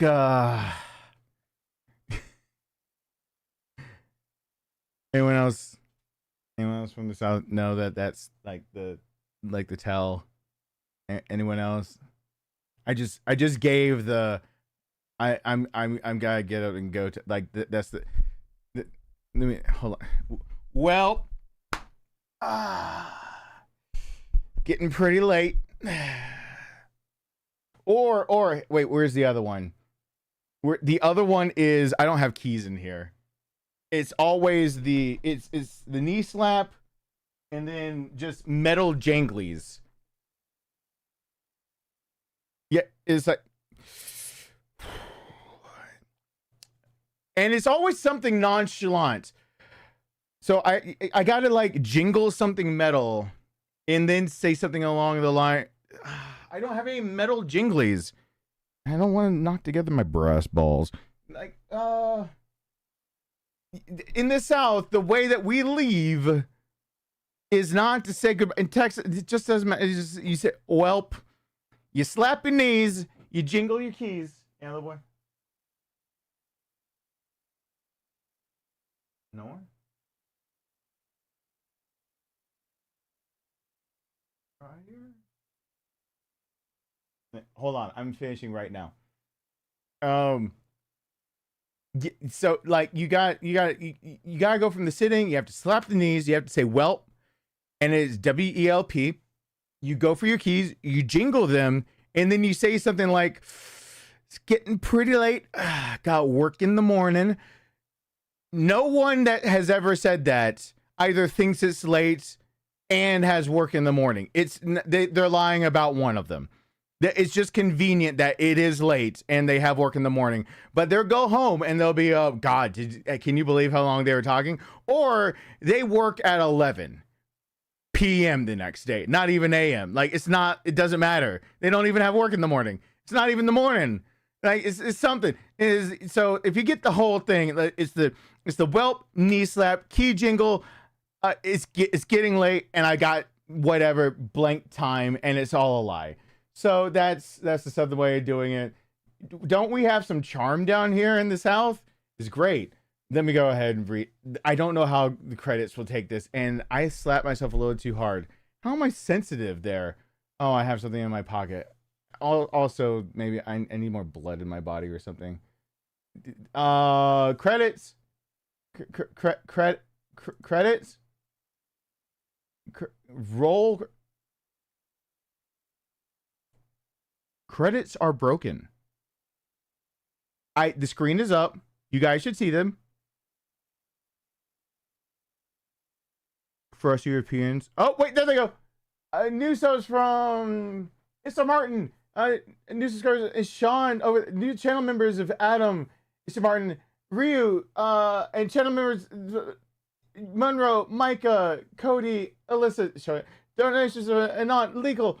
Cheers from Lenny, Paige as a moderator. Super chats for Hamilton, Kelsey, Nace-Moore, Micah, Cody, Jared, Mel, and Mike L. Okay. Oof. I'm lightheaded. Thank you guys so much for being here. For us Europeans, Texas people have cowboy axes. What's this? I actually live in Georgia. So I should have some Georgia Southern twang if you're in Europe. And it should sound a lot like the South if I'm going towards Texas. They all kind of start blending together. And you can just have that normal kind of like a higher pitch. It's fine because it's going more toward like what people think of redneck. Because I'm just one right now shout off of saying, Becky, what? Hold on. And then telling her, hold my beer. And hold my beer. And that's like country. Because when you're getting toward country, and they're like toward, like, not, this is more like Tennessee. When you want to go up toward north and you're not going, and then all of a sudden you see it just goes towards like, hey, like all of a sudden that country ends up sounding a little Canadian too. So it's all like the same. All right, come on, boy, let's go. Like, yeah, but I'm born and raised in the South. We don't all have an accent. I'm sorry to disappoint. But I just ran through like 4 or 5 variations of being Southern accent, so you're welcome. Bot visibly drunk. Only one caps message thinks I'm spamming. Listen, I haven't Rain Night bot in for Twitch yet. I'll get on it soon.